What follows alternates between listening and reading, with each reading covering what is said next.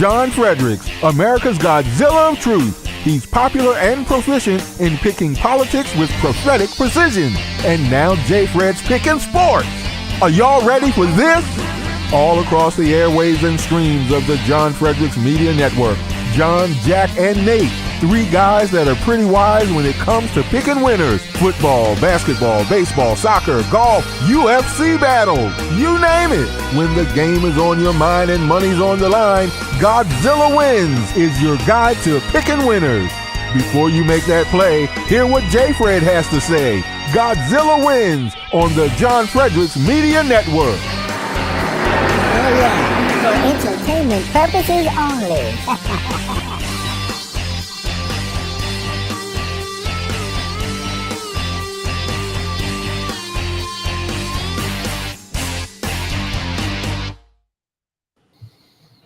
Good morning and welcome to episode 118 of the Godzilla Wins podcast.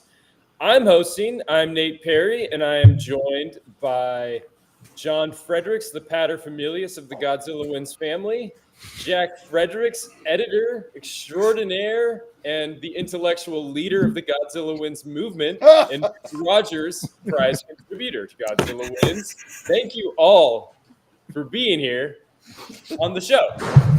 So we have a loaded schedule today. It is all college football all the time here right now, at least until we get to the NFL season. So John's going to have about 5 minutes to talk about whatever baseball thing he's grousing about or worried about in the first 5 minutes of the show. And then it's going to be reactions to Georgia Tech, reactions to Colorado football, and, Deion Sanders' weird, smoke and mirrors show out there. We're talking Dan's favorite game of the week, and then we just have a zillion game breakdowns for today and tomorrow. So stay tuned for all of our picks. Thank you, everyone, for joining. How's everyone doing? Super. Terrific. Doing well. Excellent. All right. So, quick thing. This is a gambling show. We talk about gambling, but it's for entertainment purposes only. If you have a gambling problem, please call 1-800-GAMBLER. That's 1-800-426-2537. If you live in Colorado, Illinois, Indiana, Louisiana, Maryland, Michigan, New Hampshire, Ohio, Pennsylvania, Tennessee, Virginia, West Virginia, or Wyoming, call 1-800-327-5050 or visit gamblinghelpline-ma.org. If you live in Massachusetts, call 877-G-HOPE-NY or text HOPE-NY. That's 467-369. If you live in New York, call 1-800-NEXT-STEP if you're in Arizona, 1-800-522-4700 if you're in Kansas or New Hampshire, 888-789-7777 or visit ccpg.org if you live in Connecticut, 1-800-BETS-OFF if you live in Iowa, or visit opgr.org if you live in Oregon. And that's our show. So we'll start it like we start every week, weekly obsessions. Let's go Jack first. Jack, what are you obsessed with? Hey, good to be here. Thanks for having me.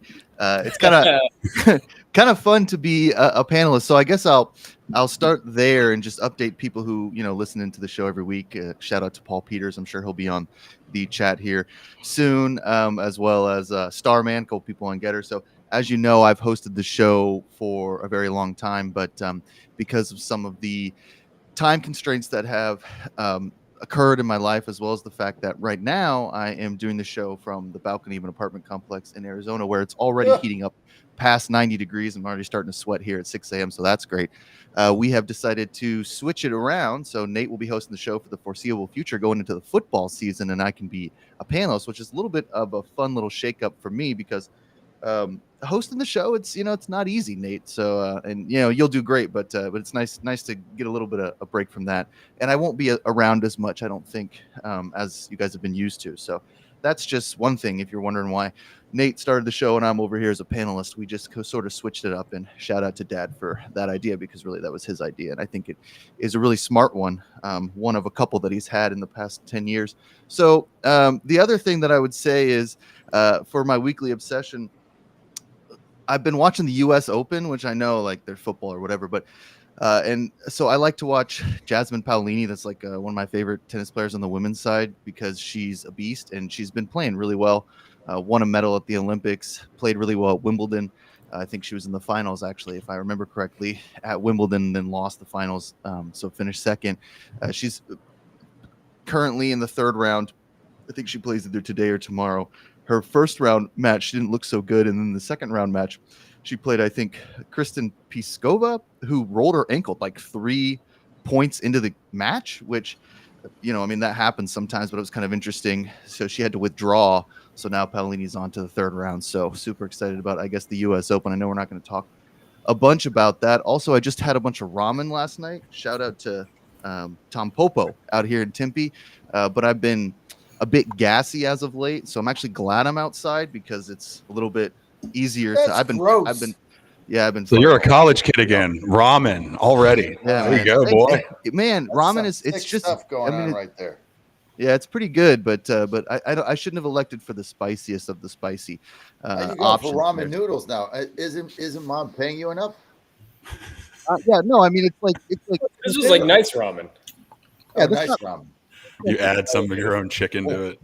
Yeah, I mean, yeah, it was like $25 for a bowl, and I mean, I'm like the king of sides, so I got like 400 sides. The bill was expensive, so I don't know what y'all are talking about. So yeah, that's what's happening with me. All right, I'm just going to go next. That's fascinating. I'm going to go next with my weekly obsession. Announcement time. I got engaged. Yo! So I asked my girlfriend to marry me. So that's thank you.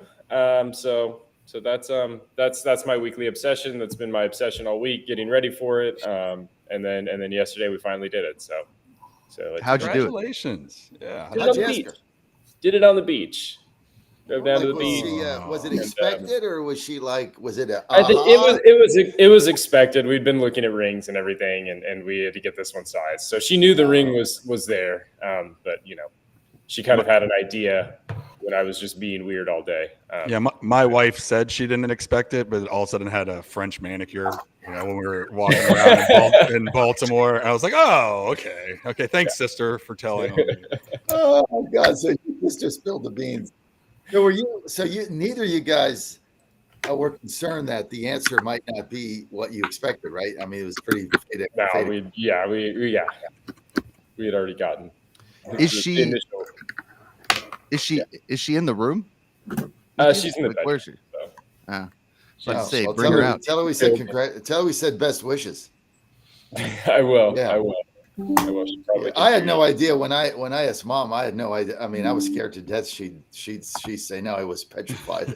Yeah, for good reason. It was like 50-50. I mean, I'm like, I probably had to pull out all the stops. Yeah, we were all shocked, Dad. We were all shocked. So, right. We're happy it happened, but we were just as nervous as you were. So that was my weekly obsession. We're also welcoming Dan Angel to the show, writer extraordinaire for Godzilla Wins. And then as soon as I say that, then he dipped out. So they couldn't have timed that better. That's all right. Hosting, baby. The world of hosting. Thank you, technology. John, what's your weekly obsession? Before we get into this, okay, so no beard. I like that.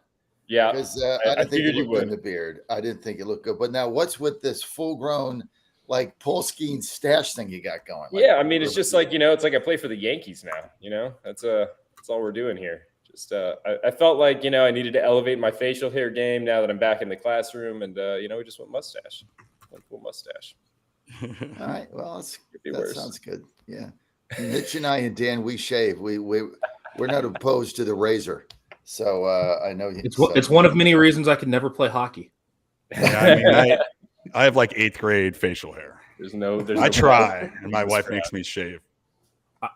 All right. It just feels like a weight on your face. It's so uncomfortable.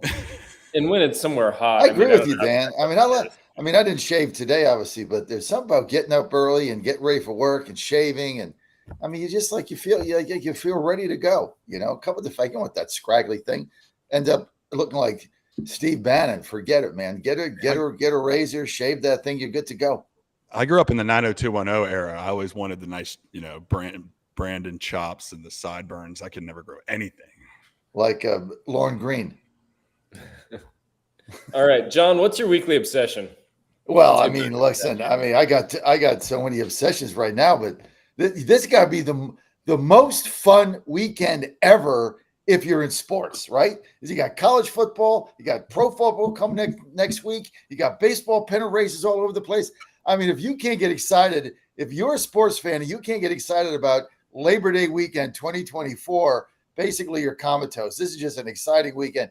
Obviously, my obsession, I got two of them, but the big one, Morgantown, today, 12 o'clock. I am so fired up for this game. I can't wait for this game. We had a bunch of tickets that Mom gave away to our listeners. They're fired up. This is one of the biggest games ever in Morgantown. And what I love about this, Mitch, is that finally we get some respect, right?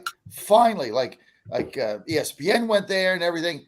And so we're finally getting some respect. And this is a very good young team. They were very young last season. They stayed with Penn State in State College that whole game. They were right there with him. They were never blown out. Then at the end, of course, Coach Franklin, takes timeouts so that he can cover the spread. He's an asshole. I tell you what, this team has not forgotten that. A whole year has gone by, and they remember him. Instead of taking the knee, calling 2 timeouts so we can run up the score and cover the spread and embarrass the Mountaineers. That's not going to happen here at home. I love them at 7.5. They're going to win the whole game. I bet the money line. This is going to be the second upset. Now, I gave you the upset a week ago with Georgia Tech, and all you millennials were all over Florida State. I went head-to-head with Dan, crushed him again. Sorry, Dan, 0 for 2 with me. This is good. I love this game. Here's my other obsession. It's not a contest. Astros in first place. Astros in first place, up by 4, up by 3.5. I tell you what, we got everybody coming back. We just got Hector Neris back from the Cubs. We're getting Montero back from the minor leagues. Presley's back. This team is going to make a deep run. I think going to win the whole thing again. So I am fired up. All right. You took my obsession. Of course, my weekly obsession is the West Virginia game. Double down. You're dialed in. You got your gear on and everything. I'm geared up. I was about to drive to Morgantown yesterday for the Pat McAfee show. That was right across the street from the apartment that I was at for 2 years. Yeah, I'm psyched. And I know he's probably on rivaling us right now, but what Pat McAfee has done to elevate that university just by talking about it, bringing Nick Saban on, who's from Fairmont. They had the entire 2006 Georgia, like the Sugar Bowl team, like all back yesterday. And Pat McAfee donated $1 million to their nil. I mean, so he's literally going to make them a better football program. I can't wait for it. Penn State rolling into town. Penn State with my family from Pittsburgh and Alabama. We've hated Penn State our entire lives. I grew up as a Pitt fan until I went to WVU. So I hate Penn State with a passion. I just want them to play well. It's pretty much a win-win for West Virginia as long as they don't get blown out. But we'll do that game. That's my obsession. My other obsession is I figured out how to sync my YouTube TV with an HDMI ARC. And now watching games is just perfect, baby. I can't wait. Love that. Dan, what are you obsessed with? Well, my Finnish soccer team is 2 wins away from securing the title. So here we go. That's pretty nice. So I'm nice soccer. to get promoted back to the top division. Hoping to actually stay there this time. Do they have any like A-list actors God, no. buying the team? It's Finland's soccer league. No, top talent does not play in this league. Maybe you get like Lindsay Lohan, maybe.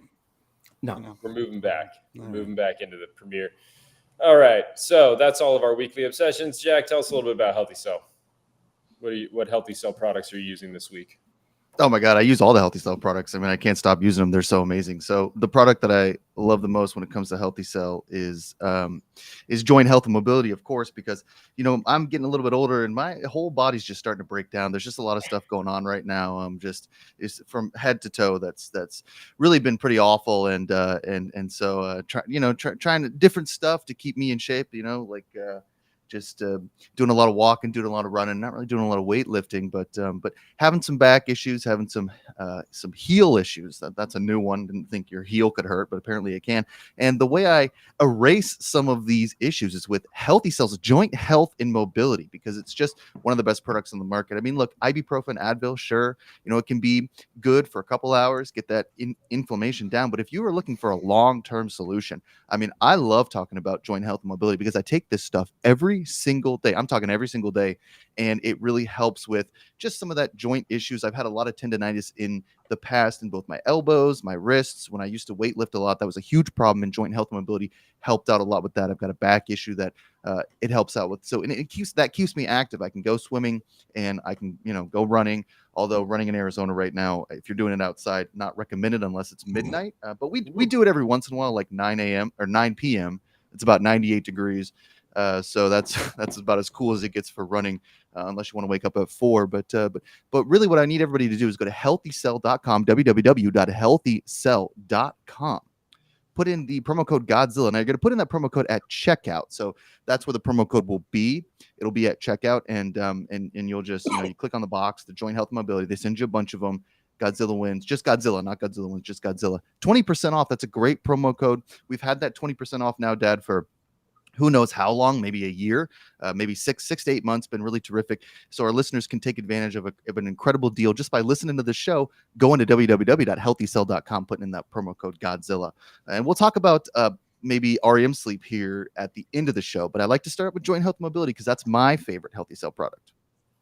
Excellent. All right. And now we are moving to reaction time. A lot of us thought that Florida State was a pretty good bet against Georgia Tech, except for John, and that bet stunk. It was never really looked like Florida State was going to cover the 10.5. Georgia Tech wins outright. What do we think about, where did we go wrong? Was it just expecting too much out of DJU to be something that he's just not in the ACC? Dan, where did we go wrong with this? I mean, two things. One, the Florida State defense played so poorly. Like you said that it never felt like Florida State was going to cover. That's not quite correct. It felt like Florida State was going to blow Georgia Tech out 5 minutes into the game. And then that first drive from Georgia Tech, it all turned around because the FSU defense did not do its job. I mean, when you're the favorite in that situation, you have to step on the throat immediately, especially when you get a score on your first possession. Florida State looked very good the first 5 minutes, and then the defense immediately comes in, gives up a big play, and the rest of the time they're in a ball game. Like, you cannot let that Georgia Tech team have hope. And the other part of it is DJU just does not take enough chances. I mean, he's the ultimate game manager. He's not going to do anything crazy, but he's not going to do anything to win you the game. And once Florida State let Georgia Tech think that it was good enough to play with them, then they needed someone to win the game, and that's not what the Seminoles have right now. Yeah, I mean, the defensive line that we thought was going to be pretty strong, maybe one of the best in the ACC, just turned out to be kind of a dud. I mean, they didn't get a single sack, and Georgia Tech basically just did whatever they wanted on the ground. John, how nice was it to take a victory lap on the Millennials during week 0 of the NCAA football season? Listen, you got to get off to a good start. I was really pleased with that. I thought from the beginning the spread was like a post-game interview. Yeah, well, listen, I mean, all you guys, look, I'm going to go easy on you guys today, but not only did you pick against me, but you mocked my pick, right? All 4 of you mocked my pick. You made fun of it, especially Dan, saying because they it was can't stupid. run the football. It shouldn't. I won the bet. I bet the money line. It did. Good work. I bet the money line. I bet the spread. I won both bets. I was laughing my ass off. And I told you guys, if you bet in Florida State, right, and all of a sudden you're going to look up, the game is tied, you're screwed, and you're not going to have a good time. Me, I enjoyed the game. And I told you they were going to run a football. They can't run a football. This defensive end, that defensive end. Hey, this team is built to run the football. And that's what they did. They ran the football. They controlled the clock. And then their $800,000 right tackle that they paid $800,000 to, right? You don't pay that because you just feel like maybe you got a halfway decent team and maybe you can beat Richmond, right? They pay this guy $800,000 to get a fumble at the end, jumps on the football. The guy controlled that game. So the offensive line, Georgia Tech's for real. They're going to run the game. They got a great offensive line. They've all come back, and they can play defense. So Tech has got a shot to win that ACC. But look, if I got beat, you all jumped on me. I didn't admit it, but not only did you jump on me, you made fun of my pick. You mocked me. I schooled all your asses. FYI, thank you. All right, I put my money where my mouth was. I went 3 units on this one, so I'm in. So I started college in that hole. I'm in the real, and I haven't got it back yet. So we have started off 2024 not on a good note in the Godzilla world for me. I just thought DJU, what Dan said, he was so tentative, and I think a lot of times when you play a really solid, especially a conference opponent on first week in college when there's no preseason, it's tough, and they're not. I don't think FSU's going to be what they are, and I think he'll start getting a little bit more aggressive. But they were flat out dominated in the trenches, like dominated. And I know they need to put their foot on the gas, but I don't know where they would have. They got blasted. And I think it was the lowest amount of possessions in like 20 years between two teams. So they rolled right into Georgia Tech's game plan. It'll be interesting to see how they play out for the rest of the season, but. Man, being in a 3-unit hole already, going to do 6 units on WVU today. Oh, no. Yeah. Only thing worse than being 3 units in the hole is being 9 units in the hole after this. Yes, and that Jack, yeah, I mean, it was a slow game, right? It was like each team had basically 7 possessions. There was a lot of long drives. Jack, how are we feeling moving forward in the football season? I know it wasn't a great day betting for you.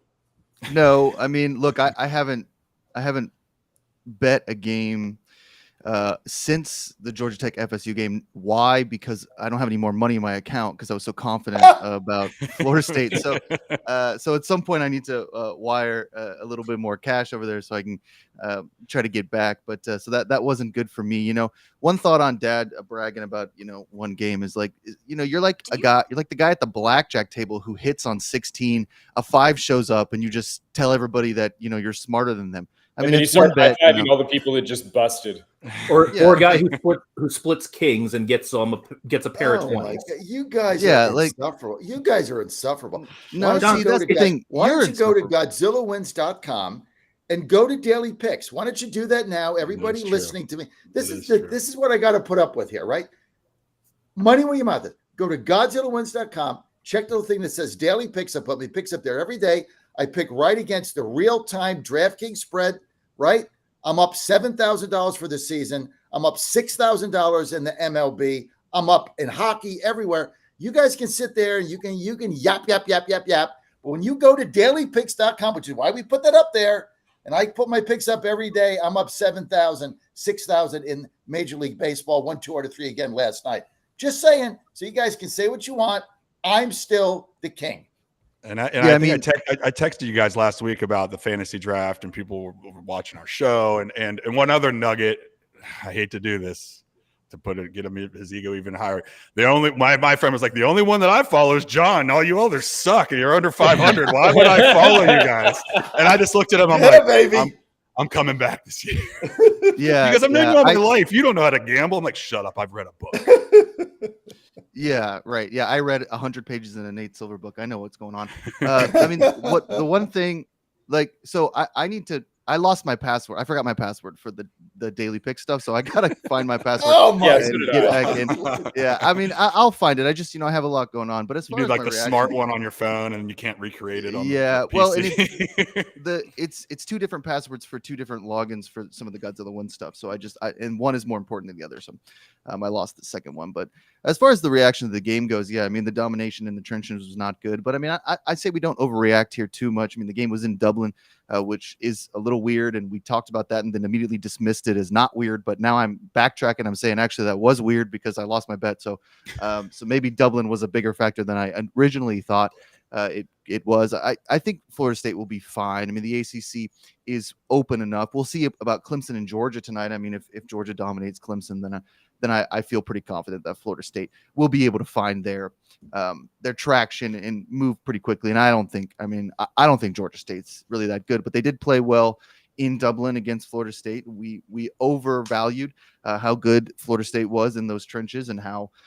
maybe good their offense was. Doesn't seem like their offense is as good as we thought, or at least right now. But these things can change. Norvell's a pretty good coach, so I'm still pretty high on Florida State. I just think that was a bad beat for all of us. All right, now we're on to the second big reaction time. We didn't actually pick this game, but they're always on our mind because they're always on everyone's mind. Dan wrote it up for the website. Dan wrote it up for the website. Okay. Is Colorado for real? I mean, Shadur Sanders did what he does and had like a billion yards passing, and they needed every one of those yards to beat the North Dakota State team that is coming and playing them from the FCS. Dan, you wrote about it. Is Colorado like a good team, or is this just another year of them just being overhyped, and this is just an example of them being overhyped because they needed really sort of a last second touchdown to really win this game? Well, I mean, on one hand, Colorado does deserve some credit for actually winning this game because North Dakota State has a long history of beating FBS teams. Like their past 8 games against the FBS, the Bison are 6-2. So, and I think they've covered every one. Yeah. No, they failed to cover last time against Arizona because they were favored. Oh, okay. That's it. Yeah. All right. Yeah. And they lost that game they lost that game by 3. So, I mean, North Dakota State is a very, very good FCS program. I mean, this is a program that's won several national titles. But at the same time, it's a little weird for Dion to be crowing about, hey, you guys who wanted us to take the L, you're going to have to wait till next week. It's still an FCS program. I mean, yes, beating North Dakota State is an achievement, but you're still supposed to win that game. I mean, you're paying them to come play you so that you can get a win. And just because they're a really good FCS team does not mean that this is something that Dion should be bragging about.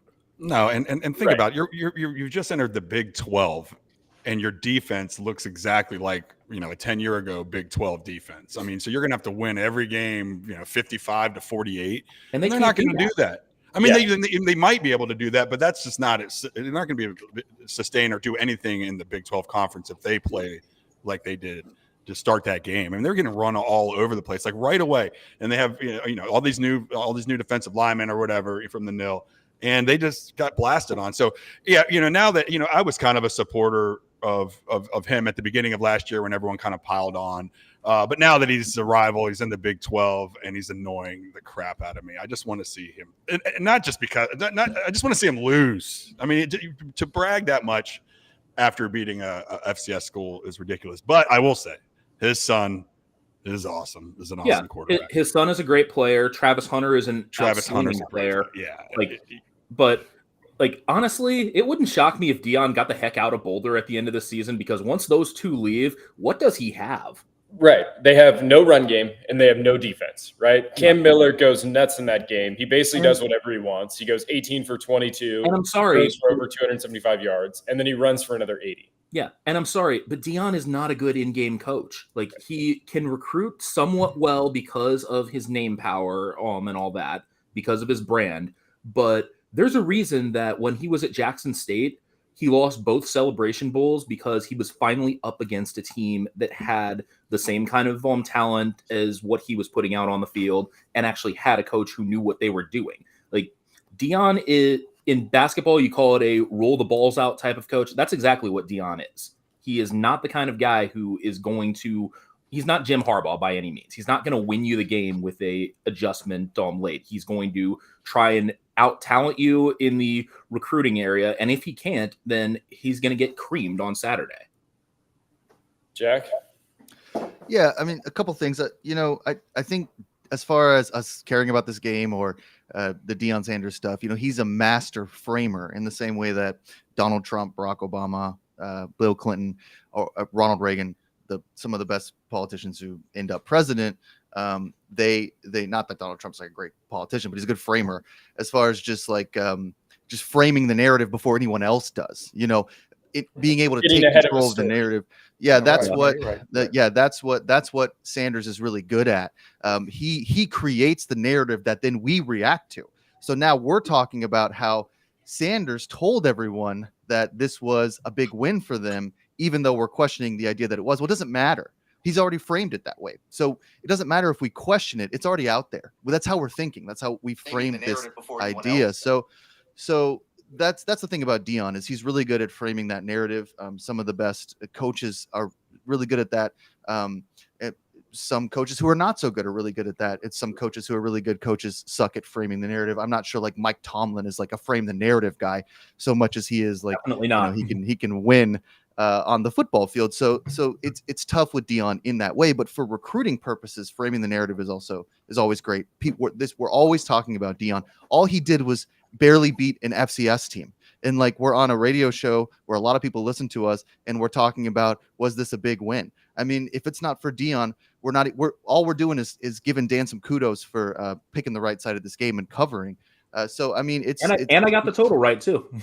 Yeah, that's right. So it's interesting or impressive in that way for Dion. It's why Dad loves him so much. It's why Dad likes Colorado, because this guy is good at creating a narrative, controlling the story, framing a window so that we all look at Colorado a different way. So that's kind of my thought on Dion. As far as the game goes, I mean, everybody knew that they weren't going to cover this, and Dan's right. As soon as they get up against some real competition, they're gonna win 7 games or like 8 games maybe. That'd be a great year for Colorado. They don't have to win 10 or 11 games if they can win 7. I mean, as an Ole Miss fan, even that's a stretch.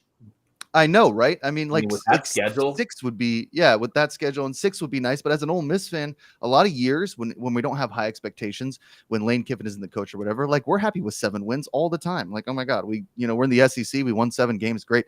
So if they can get to that point, good on them. But Dan could be right. Like Dion could lose a whole bunch of games and they could end up with 4 wins again, because he's just not terrific on the field, but he does have 2 amazing players, and I hope that in the NFL that those guys are going to have long careers because it'll be fun to watch them. Sure. John, Nate, do you appreciate that? Framer. I'm sorry. Hey, Nate, do you appreciate that Jack brought up politics while you're hosting? He's just throwing it right at you. He's just and now we're going to give the master framer of our own show the last word on the master framer of FBS football. Well, John, number one, my son was perfect with bringing politics in because he mentioned 2 of the greatest presidents ever, and then he mentioned 2 of the Democratic presidents. So we got equal time. And then he also said, "Well, Trump's not a good politician, but he certainly frames things." I know nobody would argue with that. The guy's not a politician, so very good on giving a nice balance there. But listen, this is why I love Deion Sanders. The guy we're in the communication business, and Jack, that analysis. That's why you get your PhD. I mean, that's PhD analysis right there. I mean, this is why we're talking about Deion Sanders. The guy, there's nobody that is better at communication with the media than Deion Sanders.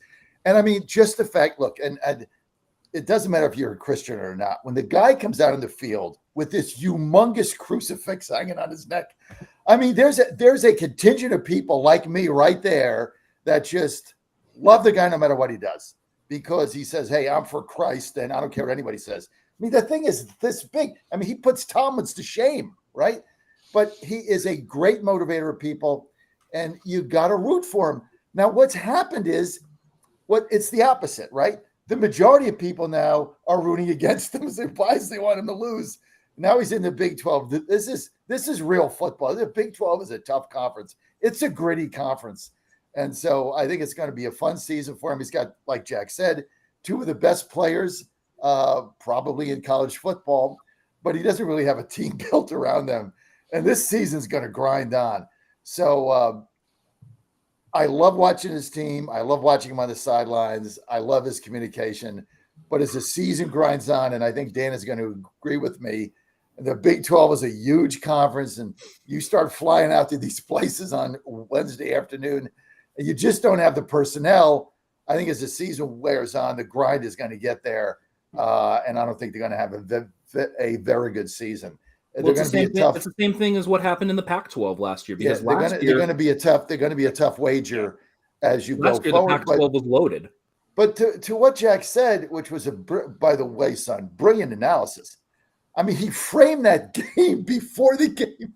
He said, if we win, this is huge. And it's like, you're like a 30-point fave. What the hell are you talking about? This is going to be huge. This is going to be the biggest game we have. This is going to define the program. Knowing he was going to probably win that game, he had to squeak it out. And so here we are talking about him again. So, Right. But I think as the season grinds on, he's going to be a tough bet. Yeah, they've got at Nebraska next, and their Big 12 schedule includes K-State, Arizona, Utah, Kansas, Oklahoma State. I mean, he could go 0 for 5 there. But it brings you to something else, Dan.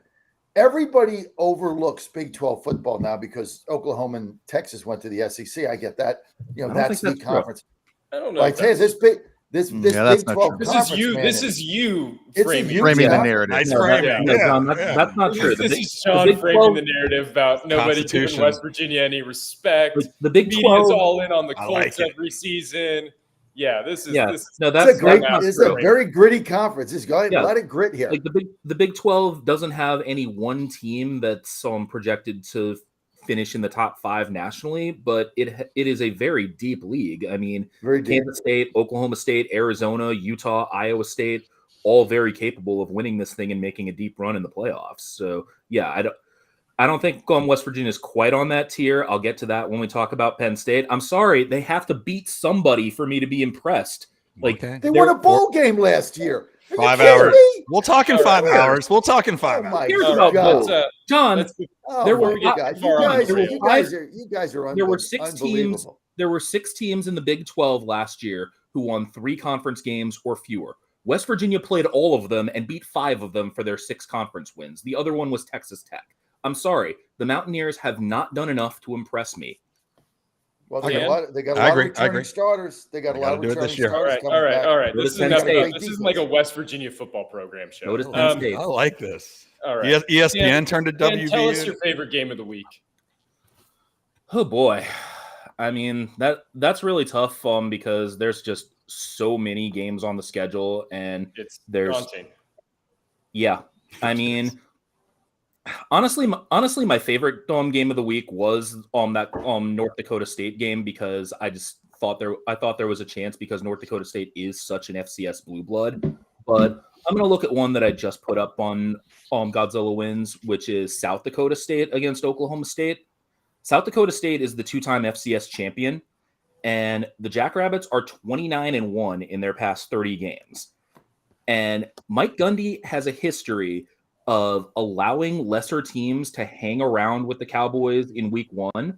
So you look at the past few seasons, Oklahoma State has opened with a lesser foe, and they've allowed them to cover every single time. Like each time, this time it's a little bit closer because the other 4 Oklahoma State was giving at least 20 points, and this time they're only giving 9.5 because South Dakota State is that good. But each time, the Cowboys never won by more than 14 points. Like there was a 7-point win over Missouri State in there. There was a close one with Tulsa. So I think, let me double check on my piece here. So over Oklahoma State's past 10 non-conference games, the Cowboys are 2-0 ATS against power conference teams, 1-7 ATS against the group of 5 in FCS, and the one was against Arkansas Pine Bluff, which is so poor that they reduced the second half to 10-minute quarters last night against Arkansas. So excellent segue, because that was actually the first game that we were going to break down. So thank you, Dan, for just leading into that. South Dakota State, just to sort of recap, is a 9.5, 10-point underdog to Oklahoma State Pokes. It looks like the majority of the money is coming in on Oklahoma State so far, based on the stuff that I've seen. It opened at 7, so yeah, the money is definitely coming in on the Cowboys. So let's just go around the horn here and picks. Mitch, you got a pick for this game?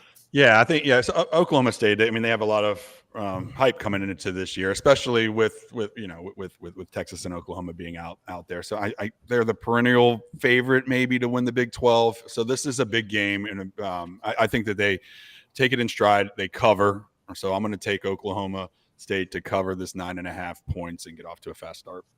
All right, so we got opposing picks right out of the gate. Dan's on the South Dakota State Jackrabbits. Mitch is on the Pokes. Big 12 homer. Jack. That's true. Jack, let's start breaking this tie here. I'm not going to help you with the tie. I really don't know what to do with the spread. I kind of like the over San Diego State, and Dan, you can correct me if I'm wrong, because I couldn't pull up the ATS from last year quick enough. But having watched, I mean, like San Diego State is a fun team to watch all the time. South Dakota State. Yeah, South Dakota State. Sorry, SDSU. Like the Jackrabbits are fun to watch, and so I've seen them play a lot, and I know that at times they have a really good defense, but they can also kind of score. Usually, from my memory, they usually can score. And Oklahoma State, we know, can score. So I'm not really scared of the over. Defense is incredible.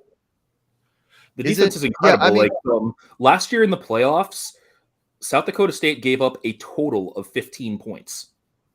Yeah, I mean, I guess I still like the over. I mean, I mean, Oklahoma State can score, and I'm not. I mean, I'm just going to take the over at 54. It's kind of like a gut play there for a couple. I think that's right. I think that's right. I mean, Oklahoma State returns so much talent on offense, and South Dakota State has a legitimate threat at quarterback in Mark Gronowski. Like, this is a player who had several offers of 7 figures to move to the Big 10 or the Big 12, and he stayed because he wants to win a 3rd straight national championship. And South Dakota State was the one school that was willing to give him a chance out of high school. So he's repaying that loyalty. Yeah, so I'll take the over at 54. John, make a pick here. I love San Diego State in this game. This is their Super Bowl. They have South Dakota State. Dakota State. South Dakota State. I love the Jackrabbits in this game.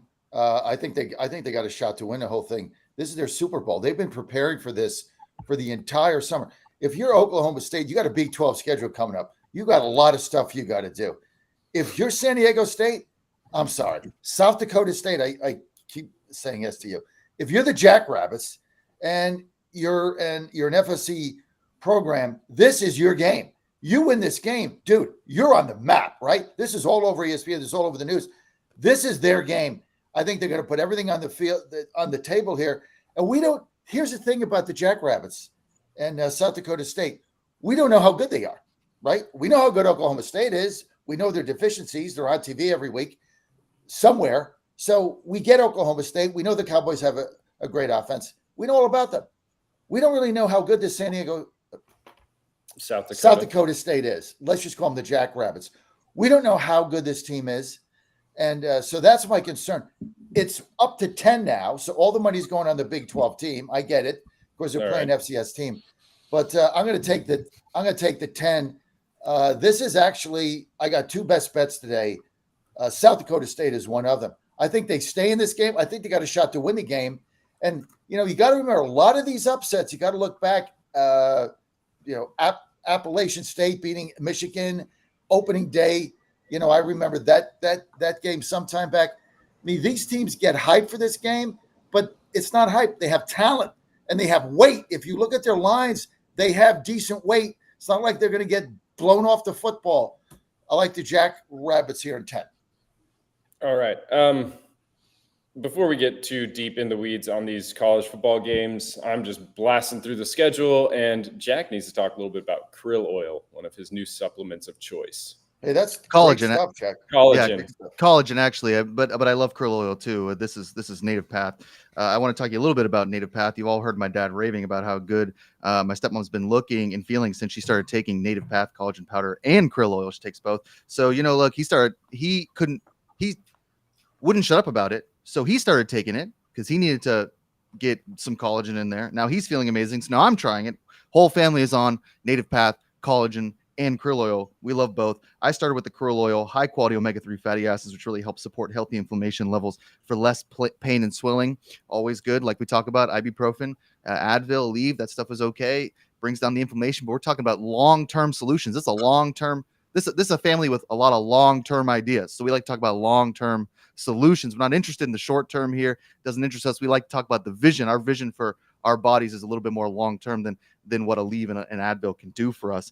So look, Native Path has a ton of wonderful products, and now they've got another incredible discount that I've been approved to offer our listeners. Had to get the approval. Shout out to Nance. She works with this stuff all the time. She had to get us that approval. You can't just be firing off offers on the radio. You got to get that approval. So we got it for Native Path collagen powder. It's the number one product, over 4 million jars sold. It's the top single ingredient collagen product on the market and is backed by science to support healthy bones, improve joint pain, boost skin elasticity. That's important.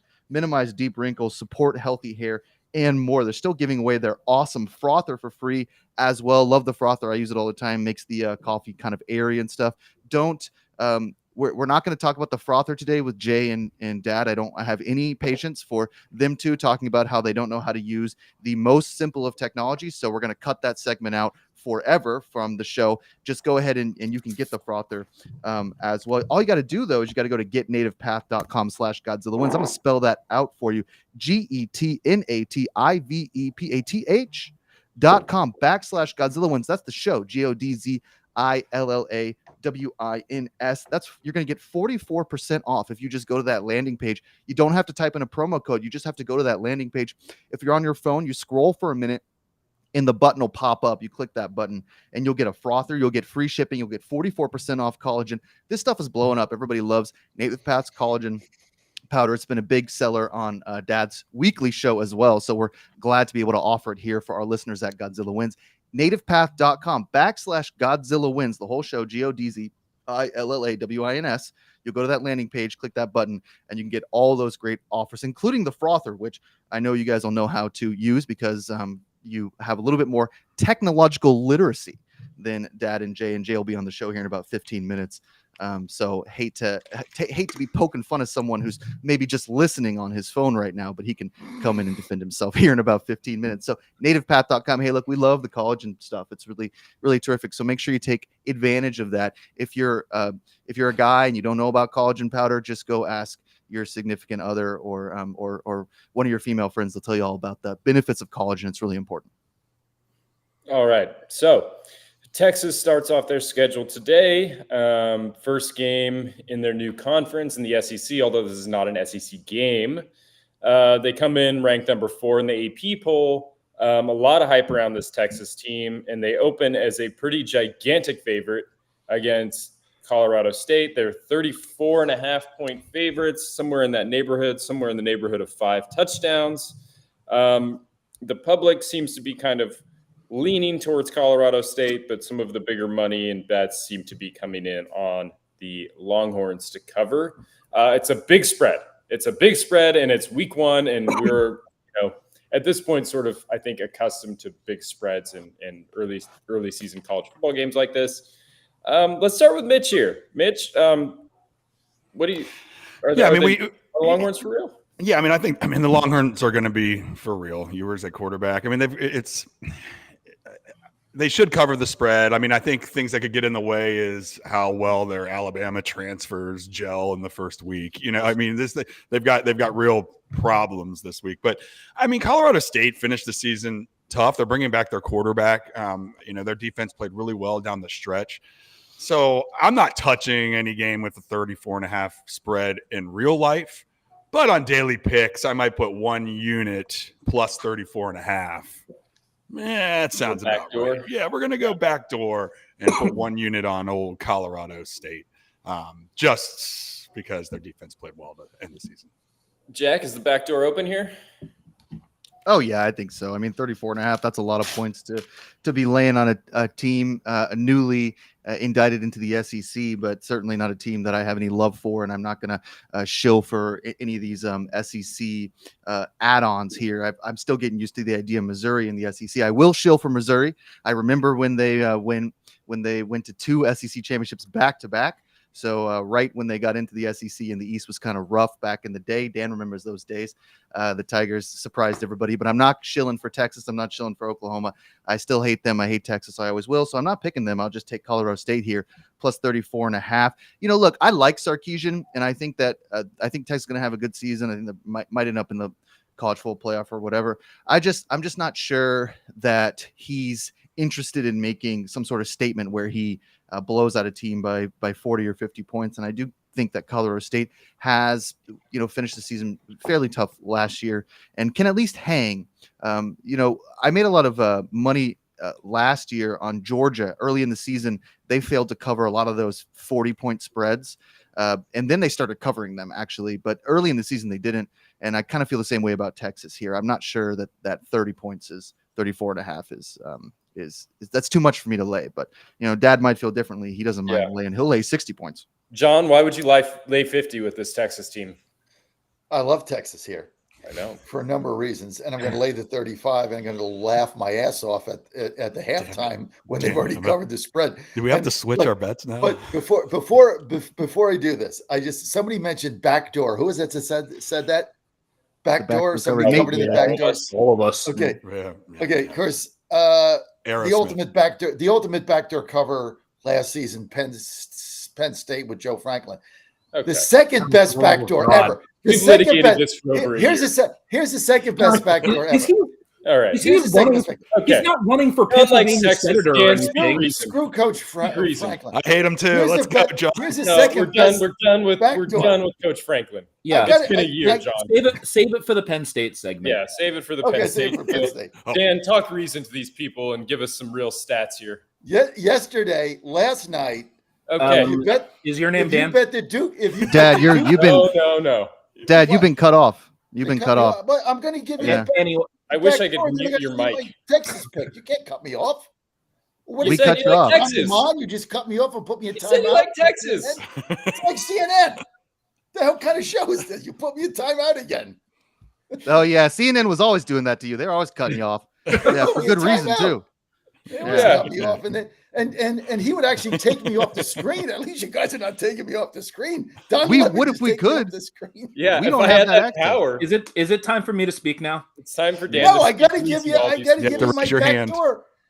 Okay, if you bet the Duke Blue Devils and you laid 24.5, right? You got a 26-zip lead with 3 seconds to go, and Elon's got the ball on the 30-yard line. It's the only drive they had the whole game. They're on the 30-yard line with 3 seconds to go, down 26-0. You're laying 24.5. Game's over. Win the bet, right?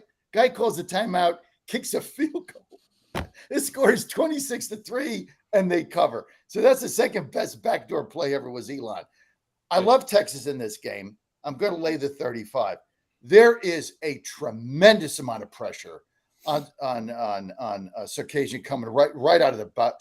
It's an SEC team now. He's got to make a statement. So they're going to run this score up. Colorado State's a halfway decent team. They're not going to be on the stay of it. This team is stacked.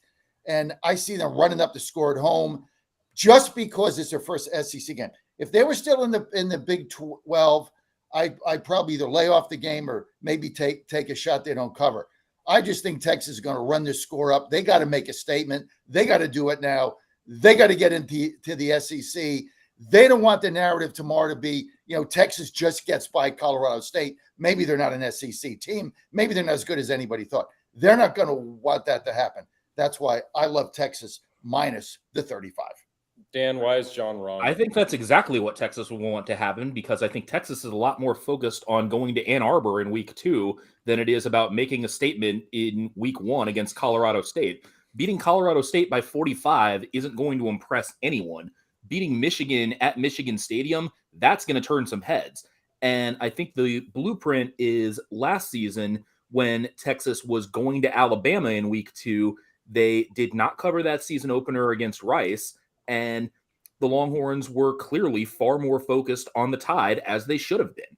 So I think what's going to happen is Texas is going to pull starters early. They're going to focus on getting out of this game without any injuries, and they're going to make sure that they're ready for Michigan.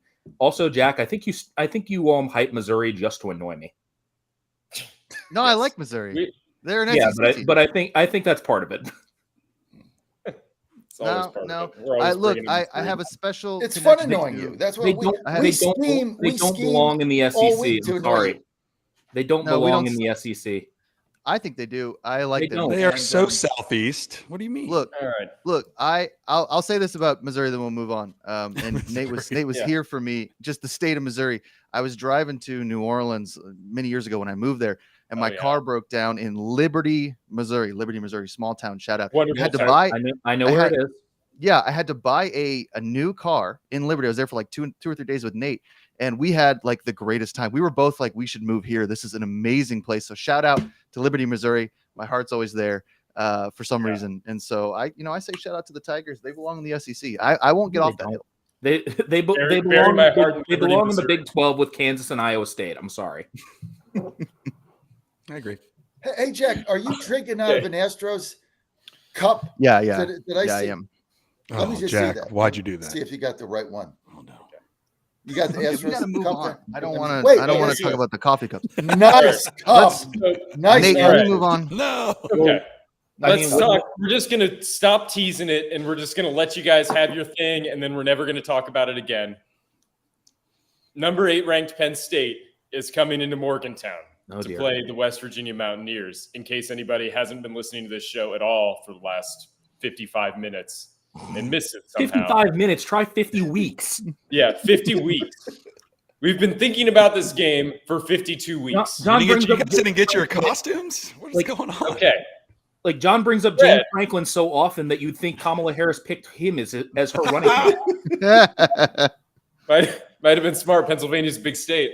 There you All go. right, so West Virginia is a 7.5-point underdog in this game. It looks like, it's a pretty even split in terms of bets. This line isn't moving a ton at the moment. All right, so we'll just, John, we have 5 minutes until we got to go to commercial break, so keep that in mind. If we need to pick this back up after commercial because you take forever to talk about this game, we will. I can stay on for another 5 or 10 minutes. Why the Mountaineers are criminally underrated, and the Big 12 gets no respect, and the Big 10 is overhyped as usual, and Penn State isn't as good as you think they should be. All of those things. Now is your time, John. Well, you just stole my whole narrative. You're exactly right. Everything you said is accurate. Let's just go to Mitch. I mean, that's exactly it. Everything Nate, you're a great host. You're better than Don Lemon. You just laid the whole thing out. We get no respect. This is a young team that's coming back. We got all these starters coming back. Here's a coach that when we went into the beginning of last season, they all said he was going to get fired by the 5th game, and his contract was up. He was out. The guy from Troy, right? They all made fun of him. We got a great team. There's a great football team. They're young. They're inspired. They got weight. They play defense. I love their quarterback, Green, class act. And look, if you go to West Virginia, you go to these games, man, there's no better atmosphere. I've been waiting for this game. How many hours is it? We got 2 hours and 4 minutes. I can't wait for this game to come on. We are going to win this game, folks. I'm telling you, Mitch, this quarterback, we got a backup, we got a running game. It's a balanced team. We got a defense, we got a secondary. And they've been thinking about this. Here's what our coach said after Franklin ran the score up against him instead of taking the knee. He said, you know what? Coach Franklin can do what he wants. But I'll tell you this, in West Virginia, let me tell you one thing about us. We got long memories.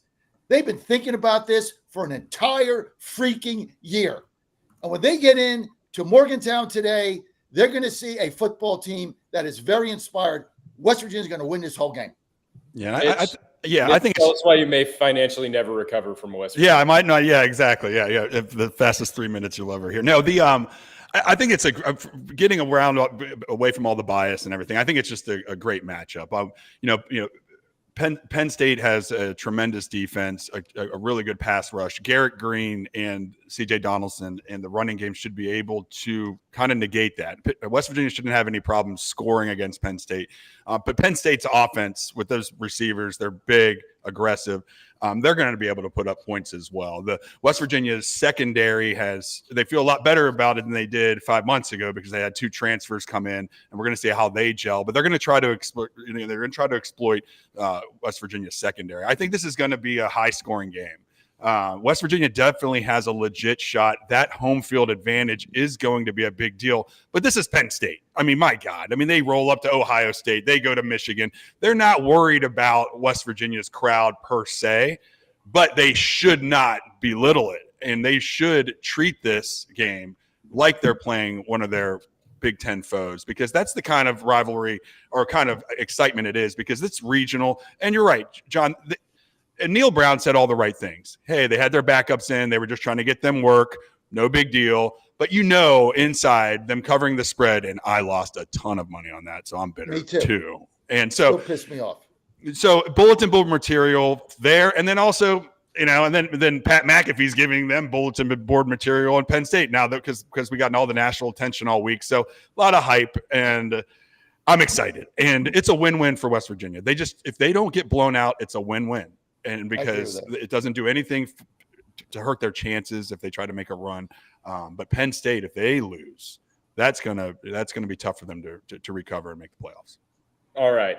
Big emotional game. We're going to get some non-emotional takes on this game when we reset at the top of the hour, which is coming up here shortly. And all of us reload on Beer Vet Coffee, which we'll talk about at the top of the next hour as well. Thank you for listening to Godzilla Wins. We will be back in about 30 seconds after all of us refresh our coffees.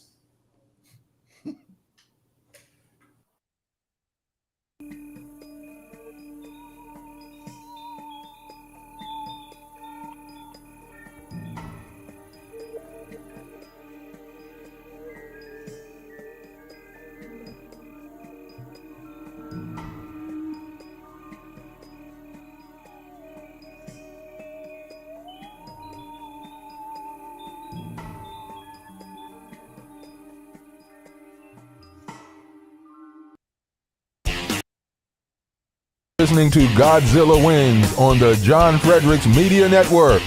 For a deeper dive without the jive, visit the website of winners, GodzillaWins.com.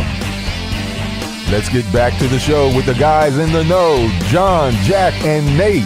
It's Godzilla Wins on the John Fredericks Media Network.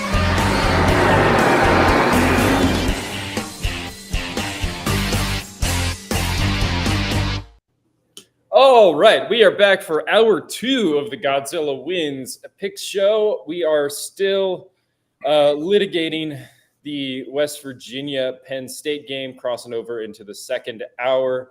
But first, Jack, I know you've been probably drinking Beard Vet coffee to get through some of this segment. It is early on the West Coast. Tell us a little bit about Beard Vet, what they're doing. Well, I mean, it's great coffee, and I am drinking it right now. I'm going to get a little bit more, but I knew I had to stay on the show just to talk about Beard Vet. So, you go to www.beardvet.com, beardvet.com. Get some incredible coffee. They get all sorts of different flavors. Now, I just do the original because, I'm not a big risk taker when it comes to coffee, but I take the original here, and I just I do the whole bean because I can grind it right up. But you get the whole bean, you get the fine ground, you get the K cups. I know Dad really loves the K cups as well. Really incredible stuff there. Beardvet.com. You put in the promo code Godzilla. Put in the promo code Godzilla, and you will get 10% off. That basically gets rid of the shipping. And one of the things I love about Beard Vet, and if you've heard me talk about Beard Vet before, you know this, is that Beard Vet coffee just comes so quickly. So when I'm out of coffee, I need it now. I mean, I can't wait 4 or 5 days for more coffee. So the thing I love about Beard Vet is the logistically, it's a great company. And so you'll be able to order it. It'll show up at your door in the next couple days. And it's just incredible coffee for a great price. And these guys, they're veterans. So you're supporting some veterans as well there. Beardvet.com, www.beardvet.com. Promo code Godzilla. Get you 10% off on all your coffee needs. All right. So, Dan, we've listened to 2 impassioned defenses of Mountaineer football. Yes, we have. And 2 impassioned, one impassioned pure hatred for James Franklin. Yeah. So tell us why. I mean, it seems like a lot of smart people are on West Virginia. Are you one of those smart people? Well, I don't know if I'm going to out myself as not a smart person or not on West Virginia here. You're one of the smart people on Penn State, then. Well, that one's debatable, but yeah, I'm gonna ride with the Nittany Lions here. I mean, as you guys enjoy pointing out many times, much to my annoyance, yes, I went to school at Missouri, which is the show me state, and West Virginia needs to show me something here. I mean, you look at West Virginia's schedule last year. Yes, they were a 9-win team, but who were those 9 against? Duquesne, Pittsburgh, Texas Tech, North Carolina, I think Baylor, BYU, Cincinnati. a couple other weak opponents in the Big 12. I'm sorry, this team beat nobody last year. And West Virginia, until they prove that they can beat an upper echelon team, because last season they didn't play Kansas State, they didn't play Iowa State, they lost to both the Oklahomas, they didn't play Texas. They haven't shown that they can hang with a program like Penn State. And the Nittany Lions still have that powerful ground game that destroyed the Mountaineers last season. I mean, let me double check my numbers here. I think Penn State piled up 475 yards of offense against West Virginia last season. So I'm just not seeing it. I mean, West Virginia could backdoor this, but I don't think so. I think this sum ends up being probably a 2-touchdown win for the Nittany Lions. Jack? JJ Weatherholt. Yeah. JJ Weatherholt is gone. Get over yourselves. It's over. You guys are done. That was your one chance for greatness. He's gone. You guys are done. This game is going to be over before it starts. Garrett taking Green. Penn State. Calm down. Taking Penn State. Mitch, don't drown your sorrows. Don't drown your sorrows too much, or you'll end up back at those responsible drinking classes. So, I'm taking Penn State minus 7.5 here. There's no vodka in here. Yeah. If not for the fact that you're on the Nittany Lions, I would have asked if you and John just switched bodies there. Yeah, I know, right? I'm doing my best John impression. It's when you're not hosting, it's kind of fun. You can just embody the Fredericks vibe here on the radio. Told you. It's the whole thing here. Handle it. I also like the over, but I will say this because I suck at. I was doing this on my phone. So on Godzilla Wins on Daily Picks, I accidentally picked Virginia or West Virginia. So my heart says Penn State, but if West Virginia covers, then I get the W on. That's like the third time that's happened to me now in a while. That actually happened to me on a site that matters where there was money involved. So things aren't always. I need to do this stuff on a laptop, basically. So and you're giving your dad well. and I trouble about the frother. I'm never letting that go. If y'all bring up that frother one more time, both y'all never coming back to the show. Well, I just figured hey, now I got the frother J on the RV. Oh no. Okay. No. All right. No. Can we propose? We're done frothing. Nate, can we propose a moratorium on the my words? driver Larry now Nate, loves it. Larry wants me to get him a frother. Can we please propose a moratorium on the word frother and James Franklin? Yeah, no more. Let's move on. Our F words for the show are Franklin and Frother. And they are banned. All right. We're resetting here. We're just going to get into some new games. We're going to do Miami, Florida, little Sunshine State action. Little kind of semi-rivalry, I suppose. It's a rivalry. There's a trophy involved. Let me pull up the numbers here. They just don't play. Miami is ranked 19th in the country right now. Florida State is unranked and coming off sort of a pretty rough season last year. Florida, however, or Miami is a 2.5-point favorite, even though they're traveling to Gainesville. Florida's 2.5-point underdog, it looks like. See where the money's going. Pretty even split. Seems like it's attracted the sort of balanced betting that sportsbooks strive for. Dan, I'm going to give you the floor on this one. You're a Florida guy. Tell us about this game. I just happened. You live in Florida right now. Aren't you in Florida? No, I've been in Indiana for the last month. My God. All right. Sorry. I thought you were in Florida still. Okay, so we've established that you had no idea. I've spent the last few weeks at Indianapolis Indians baseball games. I've been following your Instagram, Dan. I know where you've been. And I know Mitch has to go. Thanks, Mitch, for joining us. Thank you, Mitch. No, thank you all. Hey, I love Florida football games. Miami, I don't care what happens. I'm just glad it's a close spread and it's going to be a fun game. Good way to start the year. Guys, have a great rest of the show. Thanks for letting me on. Yeah, and we welcome Jay Delsing, who's getting a little warmed up for his show that comes on right after ours, Golf with Jay Delsing. Jay, welcome to the show. Hey, guys. Good morning. All right, Dan, tell us about this game. Okay, so Florida man. I mean, I've lived in so many states that it's just impossible to nail them all down at this point. But Anyway, I mean, it feels as warm as Florida up here in Indianapolis, unfortunately. But down there, I got to go with the Hurricanes here. I think they need this game more. I think the pressure is a little bit higher on Mario Cristobal after the infamous kneel down incident done with Georgia Tech last year.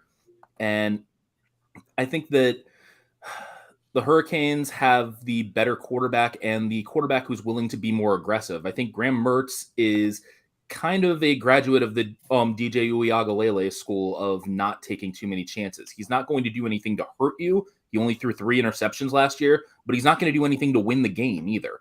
And I think this is a situation where Florida is going to need somebody to step up and win the game, and I don't think they have that. I think Cam Ward does bring that to Miami, and I think the Hurricanes cover.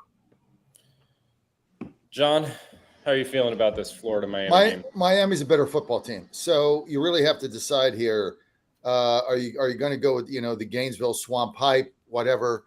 Miami is a very balanced football team that really should be challenging for the ACC and should have a shot to get in the playoffs. This is a big game for them.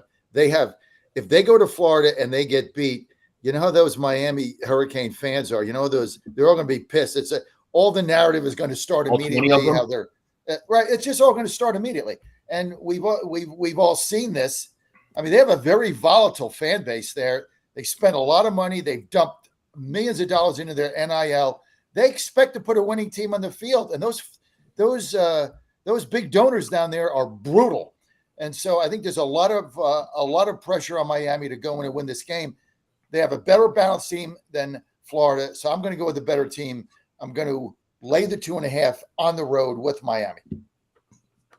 All right, Miami seems to be the trending pick so far. Jack, what do you think? I like the 2.5 better than 3.5. If the spread was 3.5, I'm not sure I'd love that as much. But I really, the 2.5 doesn't scare me so much. I mean, I will say this for Florida, like just the state of Florida. I know Dan is very upset that we called him a Florida man, but I do have a lot of experience in Florida as well, and watching football down there. And in any interstate Florida football game, they're wonky. They're hard to get a read on. It's like there are impassioned rivalries all over the place. We always think about Florida State, Florida, but it's just not the only one. Miami hates playing both Florida State and Florida. The FAU stuff, the UCF stuff, whenever they play teams in Florida, it's a little weird. So I wouldn't be shocked, if Florida somehow showed us something, but they haven't showed us something, Dan. And then you said, show me something earlier with a couple teams, I think West Virginia specifically. Yeah. I mean, Florida hasn't shown me anything in years. So I don't know why all of a sudden we should be hammering a 2.5 point spread on the idea that Florida's just going to turn it around. I like Miami here. I think the 2.5 is a good play. I mean, Florida comes in on a 5-game losing streak, and I mean, they haven't even beaten Kentucky in the past 3 seasons. Right. Jay, is this a trap?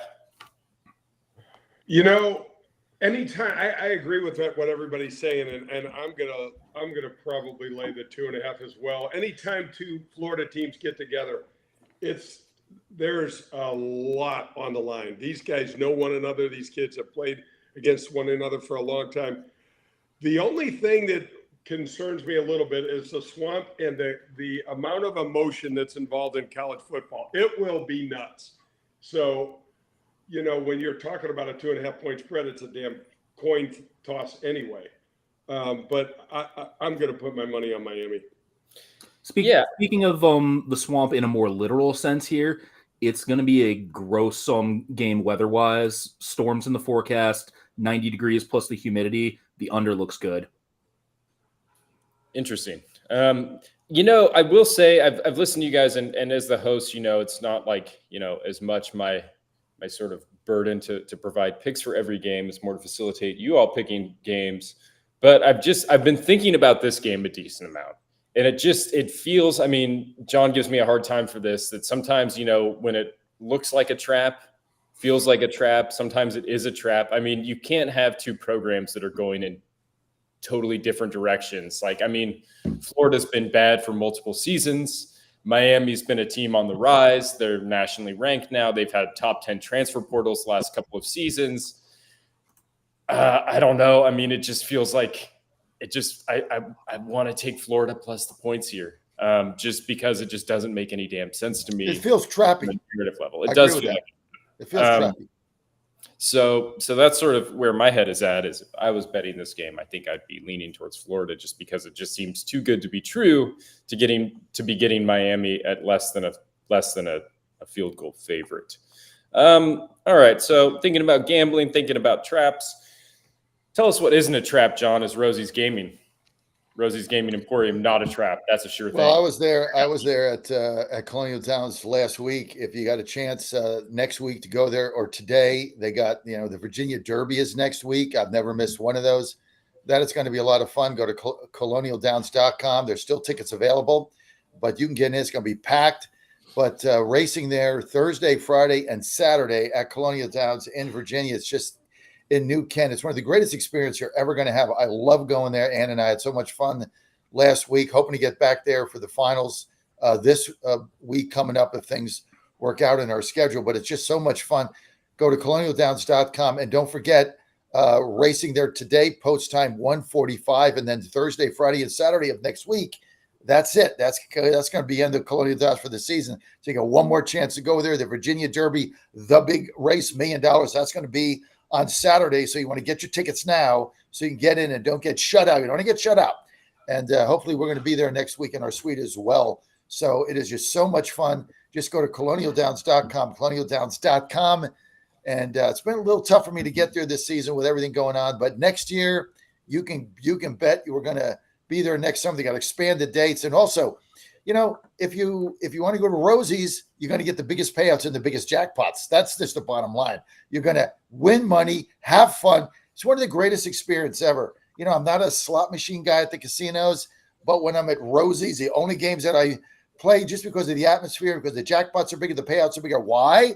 Because they have the lowest state takeout of the money you put in than any state, any casino in the country. They're the lowest. So more money goes back to the players. Just go to rosiesgaming.com, rosiesgaming.com. Here's the thing. Have fun, win money, rosiesgaming.com. Okay. All right. So that brings us to another SEC matchup. This one's between two ranked teams. I guess not an all SEC matchup, but Texas A&M plays in the SEC.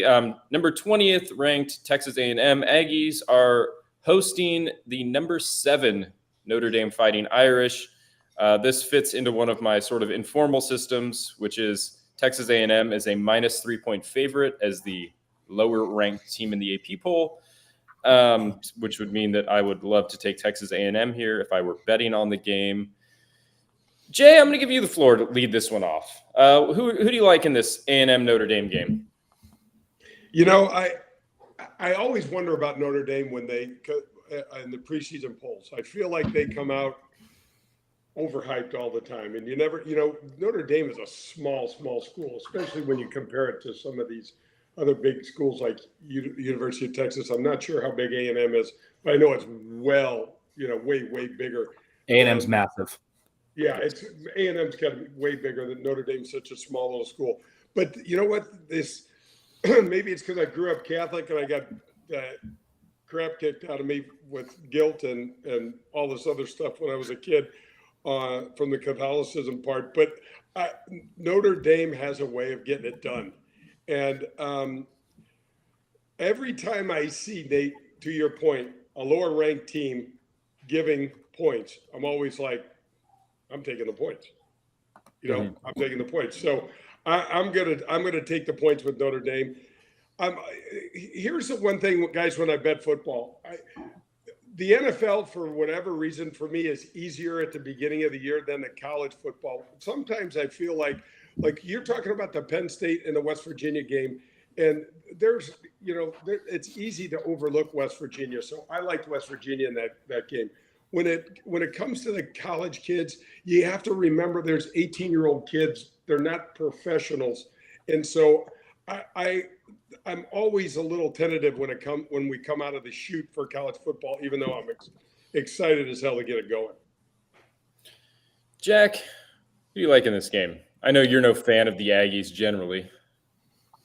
Yeah, no, I hate Jimbo Fisher. I mean, that's just I didn't like how he left Florida State, and I keep he told everybody he was going to stay at Florida State, and then he threw his Christmas tree out early, and everybody knew he was leaving. It paid him $100 million to do nothing at Texas A&M. It's a joke school, and it's a joke program.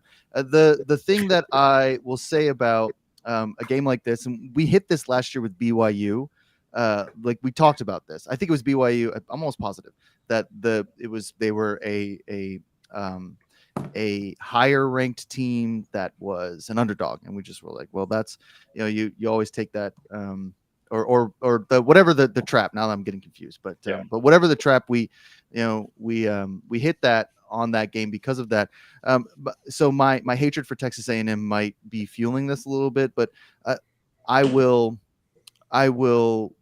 give you an argument against taking Texas A&M, and that is that Jimbo Fisher never wins these games. Like never.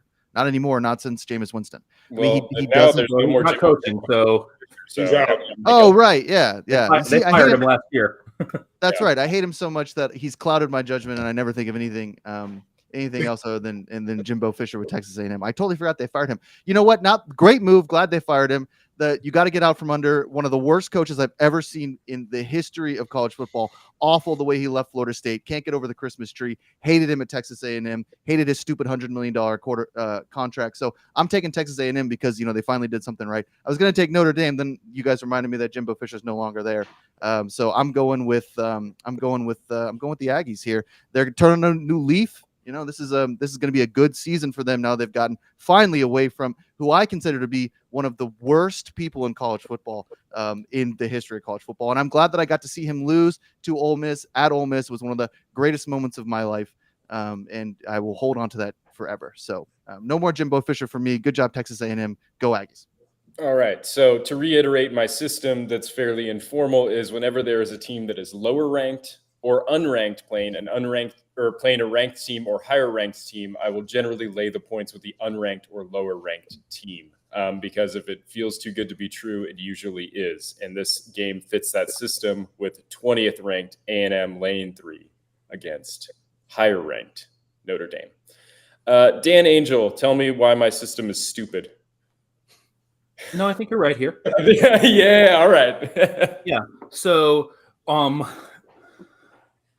unlike Jack, I have no strong feelings one way or the other toward Texas A&M or Notre Dame, which I mean is often the case for a lot of these picks. Maybe my shirt should be on Voice of Reason or something along those lines. I think so. You are the center of this show in terms of reason. Anyway, so this is the Riley Leonard Bowl. Last year, Riley Leonard was the quarterback at Duke. Mike Elko was the coach at Duke. Now Mike Elko's coaching Texas A&M, and Riley Leonard, his former quarterback, is under center at Notre Dame. And I think that is a big advantage for the Irish. I think that Riley Leonard knows exactly what he's going up against with this defense. So the reverse is not true because Mike Elko did not. I mean, yes, they faced Notre Dame last year, but that's just one game to prepare for. Whereas Riley Leonard was seeing this defense every day in practice last year in Durham. So I think that is a big edge for the Irish. And I also think Leonard is excited to get back on the field given the way his season ended last year with an injury. So I also think Notre Dame needs this game to get off to a flying start. Remember, the Fighting Irish cannot be one of the top 4 teams for the playoff because they're not in a conference. It's only conference champions. So they've got to pile up wins so that they can get one of those 8 at-large spots. They've got to get started here against a decent Texas A&M team. I think Notre Dame does win this game outright. John, final word on this game. Well, if you went to Wikipedia and you looked up the word asshat, Jimbo Fisher's picture would pop up. That's right. No question about that. The guy's a complete and utter jackass. So I'm glad they ran him out of college football. The guy's a dick. Now, he'll be back. Don't worry.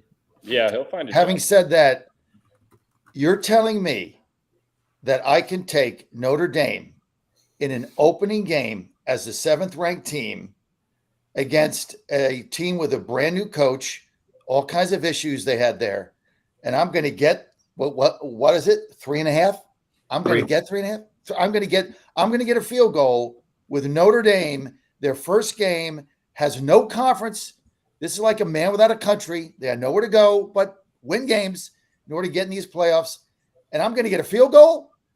I mean, along with West Virginia, this got to be your best bet here. You give me Notre Dame in the first game, give me a field goal against a team that is smoke and mirrors. I mean, this is who was it that said earlier about hype, like we were creating the narrative? I mean, that's what Texas A&M is. It's all hype. That's all they do down there. 12th man and all this BS. Notre Dame's going to win this whole game. I'm getting 3. Don't look a gift horse in the mouth. All right. For all of the reasons that John just discussed, I think that I will look that gift horse in the mouth, and I'll be the contrarian and take A&M. I think that A&M is just... Wait, so you're going against you your own just had a system now, system. Nate? No, my system is if a lower ranked team is a favorite, I always take the lower ranked team as a favorite. Oh. It feels like a trap. So that's okay. It feels like a trap. I misunderstood it. Okay. So that's my system, and I will be sticking with my system and taking Texas A&M. It makes no sense why they're a 3-point favorite here. College Station is a tough place to play, but it's not like the moon. So, I think that, I like A&M here. Just based on nothing other than this. So really the best thing, other than getting engaged, the second best thing that's happened to you in life is that you live in Texas, where you have 1, no state income tax, but 2, Governor Abbott has not allowed online gaming to pass in Texas. So there's really no gambling in Texas. So you can't bet any games. No, I can't. No. How would that be a good thing? No, I mean, if you don't win, you don't lose. If you're not winning, it gives you golf winners every week. Yeah, all he does is you could have all these golf winners, but football not so much. But it's an interesting system. Don't forget next week to talk about how your system did, because it is an interesting system, Nate. Yeah, I mean the rationale for the system is basically like everybody who just looks at these spreads thinks, oh, I'm getting 3 points and with a higher ranked 7th ranked team. And so there's a reason that Vegas sets that line that way to kind of lure everybody into that when there's something that they know or see or feel that really Texas A&M has a larger than 3-point edge. And that's kind of the informal system, is that, to be honest, Texas A&M might be like a 7-point favorite if Vegas was using, a transparent model, but because they're trying to lure people in. If the spread was, Texas A&M minus 11 or something, then everybody would just hammer Notre Dame. But because you think, okay, higher team getting 3, and then maybe they cover. I like the A&M bet too, so I'm on that. All right, Native Path round 2. Jack, tell us a little bit about your favorite products. I love Native Path, but I got to get the script backed up because I otherwise I lose the promo. So here it is. Okay, so listen, we love Native Path, we love the krill oil, but we really love the collagen. We've all been hearing about it. You may have heard me talk about it earlier in the show. Dad's been raving about how good my stepmom looks here on Native Path collagen powder and krill oil. He's not shutting up about it, so he started taking it. Now I'm on the krill oil and Native Path collagen as well, and Jay loves Native Path too. So shout out to Native Path. Got a lot of people out here who really love Native Path. We've all been feeling great. The whole family is on the path here. Not sure if Joe's on the path, but if he's not, sure he will be soon. I know he listens to the show, so I'm sure he'll take advantage of our promo codes as well. I started taking the krill oil, high quality omega-3 fatty acids, which really help support healthy inflammation levels for less pain and swelling. You can't go wrong with Native Path krill oil. But Native Path has a ton of wonderful products. Now they've got another incredible discount that I've been improved. Like I said, tough to get that approval. Shout out to Nance. She got us the approval.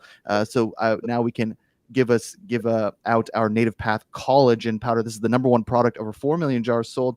It's the top single ingredient collagen powder, and that's really important. Just think about that. Single ingredient collagen powder, not a whole bunch of other stuff in there, on the market, and is backed by science to support healthy bones, improve joint pain, boost skin elasticity. Got to have that skin elasticity, especially out here in the desert. Skin gets a little dry, need it to be a little bit more elastic.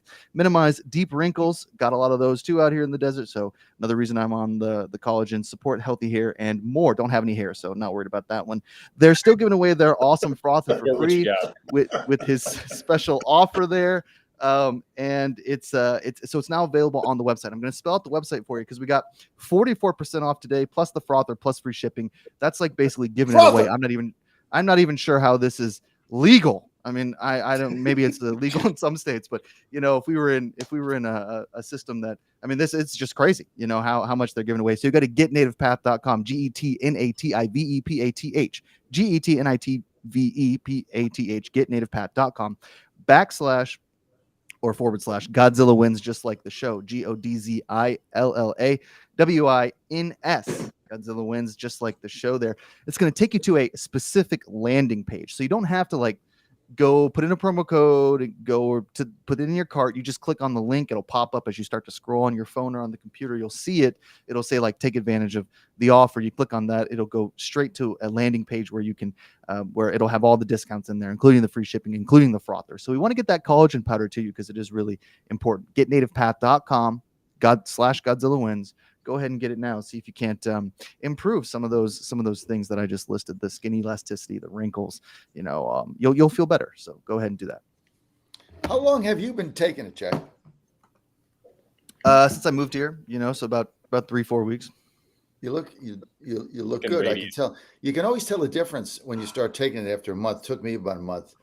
Is you just get more radiant. I mean, your skin gets better because it's such an essential ingredient that your body is just deplenishing out. So you look good. Maybe we should get some for Dan and get a little color back in his face there, Dan. Dude, you're looking like Oh hell, Dan. God. What? Okay. Dan's not even listening. All right. Yes. Let's get to Yes. another top Give 25 Dan football a game. double dose. We give Dan a double dose, Dan. You got to double down on this. All right. So we got a top 25 football game here. We got UGA, the number 1 team in the country, Woo! taking on and hosting the number 14 Clemson Tigers. Clemson fans are desperately waiting for the emergence of Cade Klubnik to turn into their new hope. Georgia's an 11-point favorite in this game. They look to be a pretty complete team, especially on the defensive end. Obviously, they return Carson Beck at quarterback as well. Dan, I'm going to let you lead on this game. Talk to us a little bit about what to expect in Georgia-Clemson. To me, the biggest key here is Georgia has 4 starters back on the offensive line. Clemson is replacing 4 starters on the defensive line. I expect the Bulldogs to dominate this game in the trenches some, and when you do that, you tend to win the game pretty comfortably. So, yeah, I like Georgia. Georgia to cover. Jack, what do you like in this game? I mean, oh my God, you got to like Georgia, right?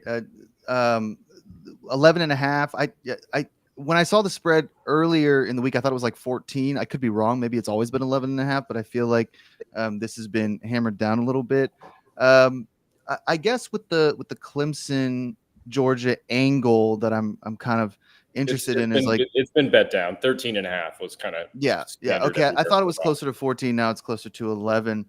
So this is kind of an interesting game, and you can go on to Godzilla Wins and read some of our picks as well. Brian Butcher has a pickup. Dan, I don't remember if you ended up doing the Georgia Clemson pick. If it's on No, the site or that not. was one I decided to just let Brian's work stand for it.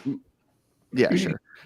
So Brian's got that up there that you can read. He's got a pretty long preview and prediction that you can do. I would say that for me, I just again, Dabo Swinney has been struggling in this new recruiting world. He complains about it all the time. He doesn't want to change his approach. He doesn't want to enter the NIL portal and use the transfer stuff. He's holding on to an old model, the one that I think basically forced Nick Saban into retirement. Not that Nick Saban is forced into retirement, but I think he was pretty much felt the same way about that. So some of these older coaches, I feel they feel that way. And are having trouble adjusting. And, Kirby Smart is Kirby Smart. And this is a game where I think Georgia can really show some serious dominance. I could be wrong. Not a big ACC guy here, but considering Florida State showed us nothing, I'm not sure I'm going all in on the ACC. I'm going to lay the 11.5 and hope that Georgia covers. Jay, Georgia Clemson. I'm going to lay the points. I got to tell you, Dabo Swinney this is a big year for him. He, Huge. he had those great teams, but it's been a minute. And I love what Dan said about the trenches. I also love the defensive secondary for Georgia. Malachi Starks is an absolute stud back there. And if this quarterback, is it Klubnik? Klubnik. If he struggles, or if he starts telegraphing passes, the secondary's going to wear them out. I think Dabo Swinney either needs to adjust or get out, because, like you said, it's just sometimes when you get older, you just cannot get over the fact that the world is changing in the way that it is, and the NIL stuff it's where it's at now, and everybody's getting paid, and the quarterback position, these guys are getting $5, $8, $10 million bucks, these kids, just to come in and play for some of these top teams. I love Kirby Smart. I think he's got it figured out. I think Georgia's going to be ready, and I think Clemson's headed in the wrong direction. John? I'm going to be the contrarian here. Here we go. Right. I agree with your assessment of Coach Swinney, and you have to change, right? And the best coaches, the best people at anything do that. You have to change and adapt to the changing environment. Dabo Swinney doesn't want to do that, so he's clinging to something in the past. Having said that, this is a trap. I mean, 11 doesn't look like a lot. 13 and a half maybe did. 11 doesn't look like a lot. Georgia's at home, between the hedges, blah, blah, blah, blah, blah, blah, blah. So that's all you get. Well, why are they bet down? Why do they open at third? Why are they open at? Why are they open at 13? No, it's in the dome. It's in the Falcons. Oh, right, yeah. Between the hedges is a metaphor if you're a Georgia fan, right? You say, yeah, but no, that's no. That's not a metaphor. Okay, their home stadium. I'm betting you guys. You want to mock me again after I kick your ass every single week? I'm betting Clemson plus 11, and when I win the bet, go ahead, and then you can keep making fun of me. Go to John, Daily Picks. I'm not trying to mock you. I'm trying to tell you that the game is being played in Atlanta. I know the game is at a neutral site, but when you talk about Georgia, when you say between the hedges, that's how you define the team. The team as a whole. Everybody's on them, blah, blah, blah, Georgia this and Georgia that. And why were they bet down? Who's betting Clemson? That's my question. Who the hell's bet? How do you go from 13 and a half to 11 in 6 days? Somebody's betting Clemson. I don't know who they are. I'm betting them. This is going to be a much more competitive game than you guys are giving it out to be. So I like the Tigers. It's not a metaphor. Between the hedges just means the game is at Sanford Stadium. Okay, whatever. Dan, you're right. No, okay, no, Dan, no. This is an important point, Dad. You don't have to look. You don't have to get all upset. You don't have to get all upset at this. We're not bullying you. We're not jumping on you. Yes, you are. When you go to we're not. When you go to Sanford Stadium, the game is played between hedges. I mean, the whole game, the Sanford Stadium has hedges. That's an important distinction for Georgia fans. Like, that's really important to them. They say it all the time. And so, we're not jumping all over you. We understand between the hedges, I don't do that Georgia. Anyway. Yeah. And so I just, it's Mercedes-Benz is where the game's being played. When you say between the hedges, I think there's a couple other teams that play between the hedges and it's important to them as well. I can't really remember those teams, but I know I've seen that before. But for UGA, if you go to the Sanford Stadium, you watch a game, which I would recommend everybody do. It's a really fun environment. That you'll see the hedges there. And so that's an important point to just to make sure we clarify on. You don't have to get all fired up, Dad, when we correct you every once in a while. It's not that big a deal. Just move on.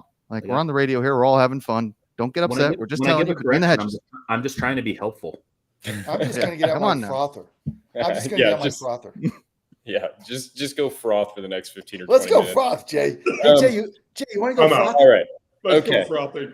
So I have kind of an opinion on this game, and it's one that kind of is, I guess, calling back to last season. We kind of talked about this is I wonder a little bit if Clemson maybe isn't kind of a sneaky play, at least in the first half. Georgia was kind of a slow starter in a lot of games last season before they kind of just pummeled teams into submission later in games as they sort of overwhelmed them with their physicality. So in terms of like betting this game, I don't really know, Georgia feels like they sort of just get stronger as the game goes on, but I sort of wonder if Clemson can't hang within a touchdown, at least in the first half, and the spread is 6.5 or 7 right now in the first half. And that sort of is intriguing to me. Just that maybe, Georgia tries to establish the run a little bit. That's sort of the identity of their football team in a large way. And maybe the game's just a little bit slower paced, and maybe Clemson, finds the energy to hang around, at least for the first half, before Georgia just sort of slowly wears them down as they do. Nate, isn't Georgia missing a running back too? Didn't he get arrested or some felon or something? I think they're Dan? missing two actually. Yeah, they're missing a whole bunch of players based on some injuries and some off the ATN field had a toe issues. injury, I think. Yeah. Robinson Home had toe surgery and Etienne was arrested. Yeah. So Right. yeah. So there could be a little bit of a slow start as they kind of try and shuffle new pieces in and try and sort of establish their identity. So that's sort of where I was headed in this game, was just sort of thinking maybe Clemson hangs around for a little while before Georgia sort of, finds their stride and sort of maybe wins outright. Healthy sell. John, you want to do the healthy sell, or Jack, do you want to do it? What, man, you got to get a good night's sleep. The most underrated thing in your life is a good night's sleep, because Jay knows this, as a golfer, and you got, and the schedule that I keep. I mean, the last 3 nights I got 5.5 hours. It was my average. I mean, you can't function that way. And if you don't get that 6 hours has got to be the best you get. And I just had Dr. Giampapa on my radio show or TV show, I think on Friday. And I was just complimenting him because there's not a lot of things that you can buy or take that immediately can change your life. And REM sleep is one of them. I mean, this thing has the ability to change your life, because when I took it last night, 15 minutes before I went to bed. I took it at midnight. I got up at 8. So I got 8 hours, which for me is like a godsend. But within 15 minutes, you're out. But the thing is, it supports all 4 phases of sleep. And it drives you into that much deeper sleep, the phase 4 where you're dreaming. Now, I'm lucky because I never remember any of the dreams I have, so that's a good thing. But I do know that I've dreamed all night. That means you're getting the deepest sleep you can, which is where the body rejuvenates and it regenerates. And somebody told me the other day, I think it was my bus driver, Larry, with us. He's been with our company now a while. And he said, there's a lot of things that I can spend my money on. I don't have a lot of money, but REM sleep costs you about $1.15 a day. $1.15 a day. It's about what it costs. He says the best dollar that I could ever spend, because I get a good night's sleep and I feel up. I mean, I jump out of bed every day fresh as a daisy. I can't do it without REM sleep. I get a bunch of them. I stack them all over the place in case I can't find them, or I'm traveling. So I got them on a bus. I got them in a car. I got them everywhere. Got them in my bag, right? Got it right here, my REM sleep. But for $1.15, $1.20 a day, this thing can actually change the way you feel. So go to healthycell.com/Godzilla, healthycell.com/Godzilla. Put in promo code Godzilla. You're going to get 20% off your first order. And for about $1.20 a day, you're going to get a great night's sleep. You're going to feel better. You're going to jump out of bed, and you're going to be loving your life. Check this out. REM sleep, the best thing that I take, $1.15 to $1.20 a day. My math is correct. Check this out. healthycell.com/Godzilla, promo code Godzilla, 20% off. All right. So that was a little college football. And we have on the schedule, and the sort of elephant in the room is that we are inching very close, very, very close to the NFL season, which is the king of sports betting in America. And we have win totals to be thinking about. Week 1 lines are posted and moving all over the place. We have, this is just sort of a little bit of an informal segment where we just sort of talk about maybe some win totals bets, teams that we think may overachieve, teams that we think may underperform their win totals, and just sort of quick reactions to week 1 lines, sort of biggest spreads, closest games, all of that stuff. So everyone can pull up their win totals tab and their NFL week 1 odds tab on their devices and follow along with us. I guess I'll just turn this over to Dan to sort of lead. When you look at these win totals, Dan, what are the teams that you're sort of looking at that you think that win total seems a little bit low for them? What teams sort of stand out to you as maybe having just like outrageously high win totals based on sort of their schedule at this point in the season, or at this point in the preseason? Well, the team that I've been looking at closest on their win total is probably Atlanta, simply because the Falcons have such a weak schedule and so much opportunity to do a lot.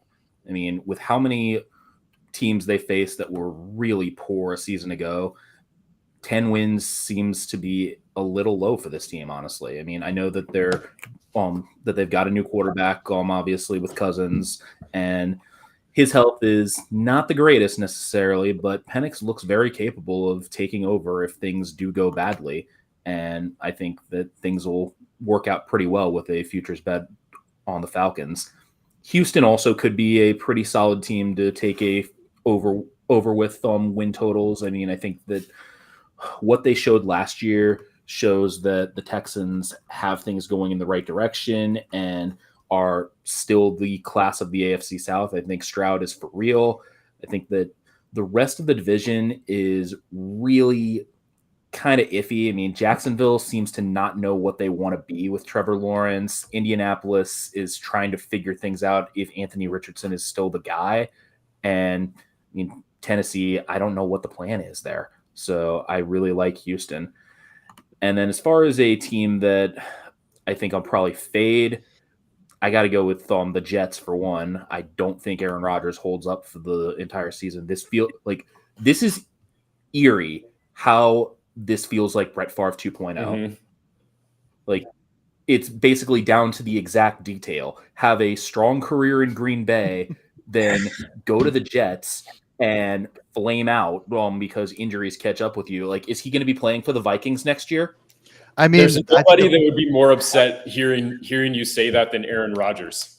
He would. Yeah, for real. The idea that you're comparing his career to Brett Favre's sad and pathetic end to his career would just be the ultimate insult to Aaron Rodgers to cap off his career. I mean, it's amazing, like how they've basically taken the exact same path almost. I mean, is Jordan Love going to go to the Jets in 10 years too? I mean, I think Vikings fans would love that. You know, like they almost went to the Super Bowl with Favre in that year with Adrian Peterson when he threw that interception. Yeah, the NFC Championship. So, but until Favre threw one of the worst interceptions to Tracy Porter I've ever seen. Yeah, that was that was a long time ago. But yeah, I think things blow up in New York. I think Rodgers is out of bullets, and I just don't like the Raiders situation. I think the quarterback situation is not great, and they're stuck in that division with, I mean, Kansas City is obviously not going anywhere. The Chargers are still pretty good, and Denver appears to have its quarterback gone now in Bo Nix. So I would not want to be the Raiders right now. Yeah, the Raiders are a tough place to be for sure, especially in the AFC West. Jay, are there any teams here that you're looking at the win totals and you're thinking that seems low, that seems high? I love exactly what Dan said. In a league where it's really hard to win in, once you get a few injuries here and there are I love Atlanta as an over total. I cannot figure out how Carolina's going to win at all. I really don't. I know that they've tried to beef up the lines, and that's not a bad way to go. That usually takes a minute. I'm not sold on the quarterback over there. The Raiders are a mess. They are a mess. And so, you know what happens, you guys, to me, is that the NFL season kicks off, and you've got these teams that you can't wait to watch. And then there's these other teams that somehow they make it on a Thursday or a Monday night game, and you're like, this is a dog. You know, this is an absolute dog. So I like Cincinnati. I'm a huge Joe Burrow fan. I think that they're gonna that they're gonna have a good year. Again, it's predicated on keeping that man playing, but I like him. So I think Atlanta is a great bet for the over total. And if you wanted to go under, I wouldn't. Man, I can't throw $1 at Arizona. I don't know what in the hell is going on over there. 4-13 the last 2 years, and they make you crazy because every once in a while, you know, you're like, okay, and then they'll lose 4 in a row. So the biggest thing that I think Atlanta's got going for them, guys, is the division. It's terrible, you know, and so they're gonna. Jay, you're basically describing my childhood growing up as a Cardinals fan. Well, they started here in St. Louis, you know. I know. Actually, they started in Chicago. Hart, Terry Metcalf, they had some really good teams back then. Jim Hart, Mel Gray, we really did. Yep. Memory lane.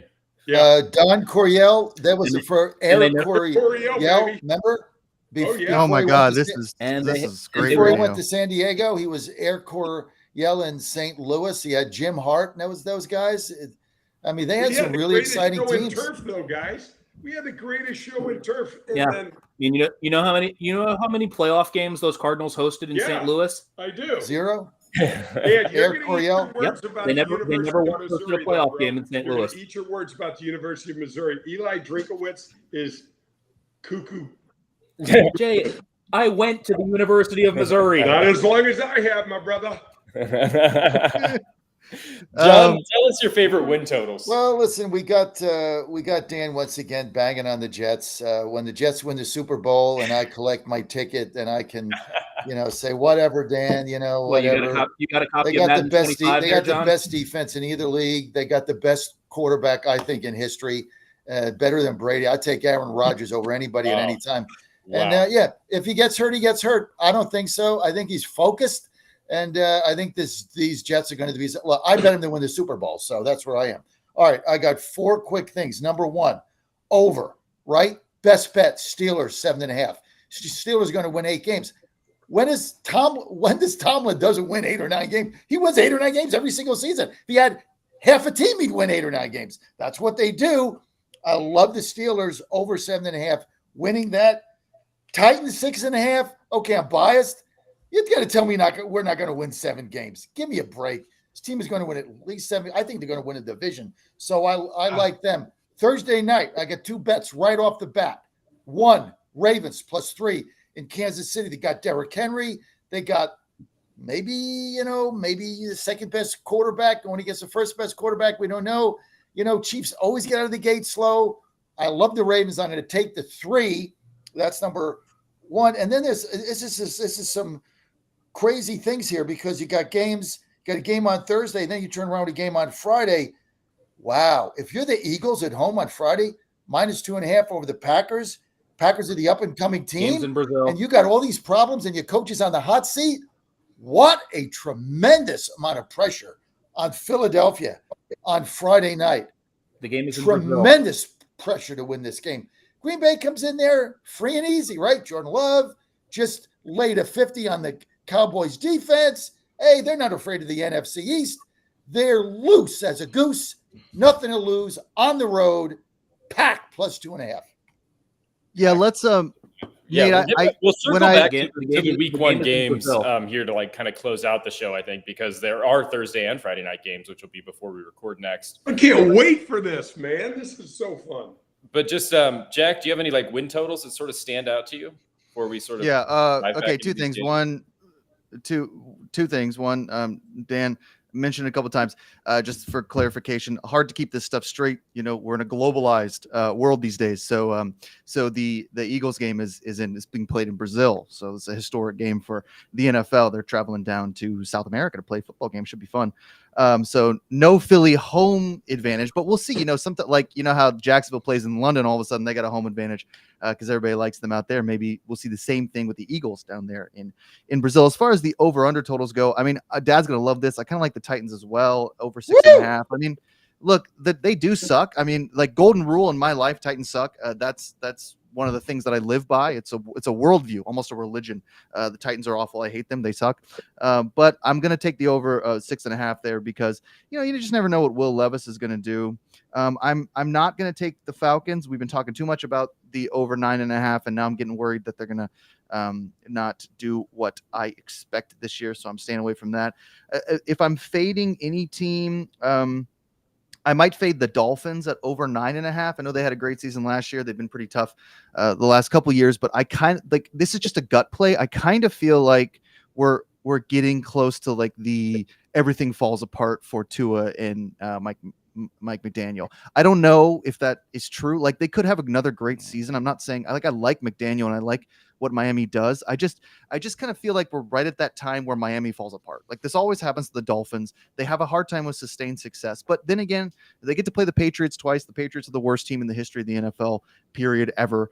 So maybe that's a good one. Under 4.5, I think wins for the Pats. I mean, they're going to win a game. So couple there, I think. And then, why don't we talk about the Dad teased it, the Thursday and Friday games. I totally forgot about those when I was doing the run sheet. Just was locked into college football, but we can pick those 2 games because we won't be back here until Saturday morning, so we can do some reaction as well after that. Yeah, definitely. I just have one win total that I kind of wanted to linger on for a second myself as a host. I just keep, and I've texted Jack about this, so, sorry to keep talking about this, but I just keep staring at the Carolina Panthers as an interesting team in the NFC South.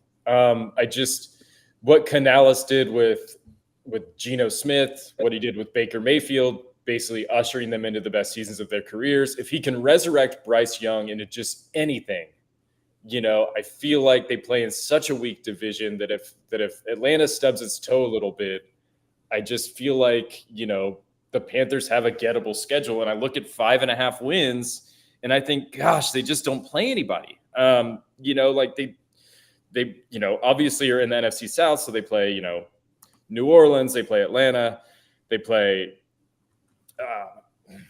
Tampa. Jacksonville.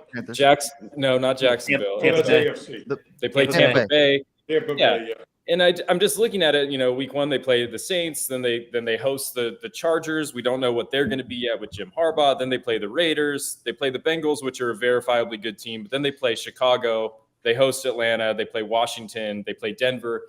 The whole NFC South, like the scheduling stuff, they play a fairly weak schedule sort of across the board. So I just feel like there's a path for Carolina to get more than five wins this season. If Bryce Young could just modestly sort of step up in the way that Canales elevated Geno and Baker in the past. So that's sort of where I'm at. But let's look at these week 1 lines. Thursday, Friday, obviously the Friday game is being played in Sao Paulo. So a little bit of travel for both teams. But on Thursday night, we have the sort of, premier matchup that the NFL planned for us. It'll probably be a total dud because somebody will probably get injured in the first series. And that'll be the end of the Ravens or Chiefs season. Baltimore is going to Kansas City, the reigning Super Bowl champs. Kansas City is a 3-point favorite. Do we have thoughts on Thursday night football games? Jack, why don't you just give us your sort of quick pick? I hate to agree with Dad. Like, it's one of my least favorite things to do, to be like, oh yeah, Dad made a good point. So I don't love this, but he is right about the Chiefs kind of getting off to a slow start at times. I don't know if historically, and Dan, you might be able to, correct me. I'm not sure if historically, like every year, the Chiefs get off to a slow start since Mahomes and Reed have matched up. But we saw it last year. It did take them a while to sort of find their footing. So, and I mean, Baltimore, there's nothing fresher than Lamar Jackson's legs week 1, right? So I definitely I like Baltimore here in this spot. I'm going to take the Ravens in that Thursday night game, just because I think the Chiefs might end up coming off to a little slow start, and they'll be fine. If you want to bet the Chiefs to win the Super Bowl, I think that's fine. They're like the Spurs with Tim Duncan, keep taking them until it doesn't make sense anymore. But for right now, I say I'm gonna go with the Ravens. All right, so agreeing with John. Dan, do you got any sort of quick picks for this game? I think I'm gonna go with the under here. I don't love either situation because Mahomes owns the Ravens. I mean, 4-1 all time against Baltimore, but Lamar Jackson is 11-2 ATS when he's an underdog. So I don't really want to touch the spread. I mean, the Chiefs actually usually do win the opener, but I think it's probably going to be a lower scoring game. I think there's probably going to be a little bit too much hype on the quarterback matchup, which should send the total a little higher than it should be. So I like the under here. Right. That's always been sort of one of my plays too, is like Thursday unders are usually pretty money because these teams are always, opening season Thursday is a little bit different, but these primetime unders teams just seem, the public loves the over, they love scoring, and it seems like the unders tends to cash a little bit more, particularly on Thursday as the season moves on. So, Jay, what do you like for this game? Well, first of all, I can't wait to watch it. I love the 2 quarterbacks. I do like the under as well. I hate to go with the flow completely, but I got to stay away from the 3 points. I love watching Mahomes do anything.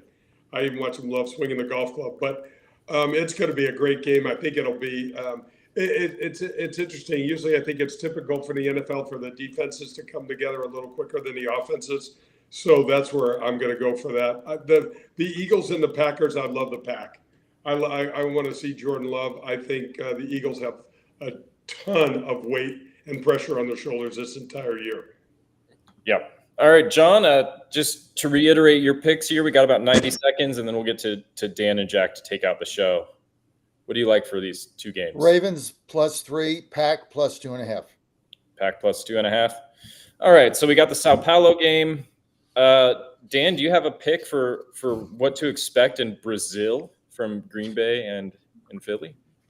Well, I mean, the weather shouldn't be an issue. I took a hard look at that because it's actually the winter down there, so the location does matter, but it's going to be in the low 70s, so that shouldn't be an issue. So I'm going to go with Green Bay plus the 2.5. Green Bay +2.5. Jack, what do you like in this game?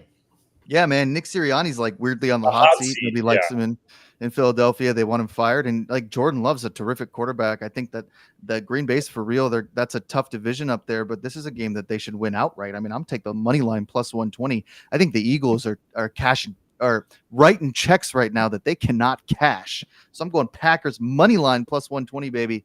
Let's get it started hot on Friday. Don't even need the points. I'm inclined to agree. There's part of me that feels like there's so much public sentiment against Philly that I hate betting against them, but man, the Packers look like a fun bet. All right, that's our show. Stay tuned for Golf with Jay Delsing next. Thank you all for participating. Jack Fredericks, Dan Angel, John, Jay, wonderful show as always, and we'll catch you next week with some NFL reactions and picks.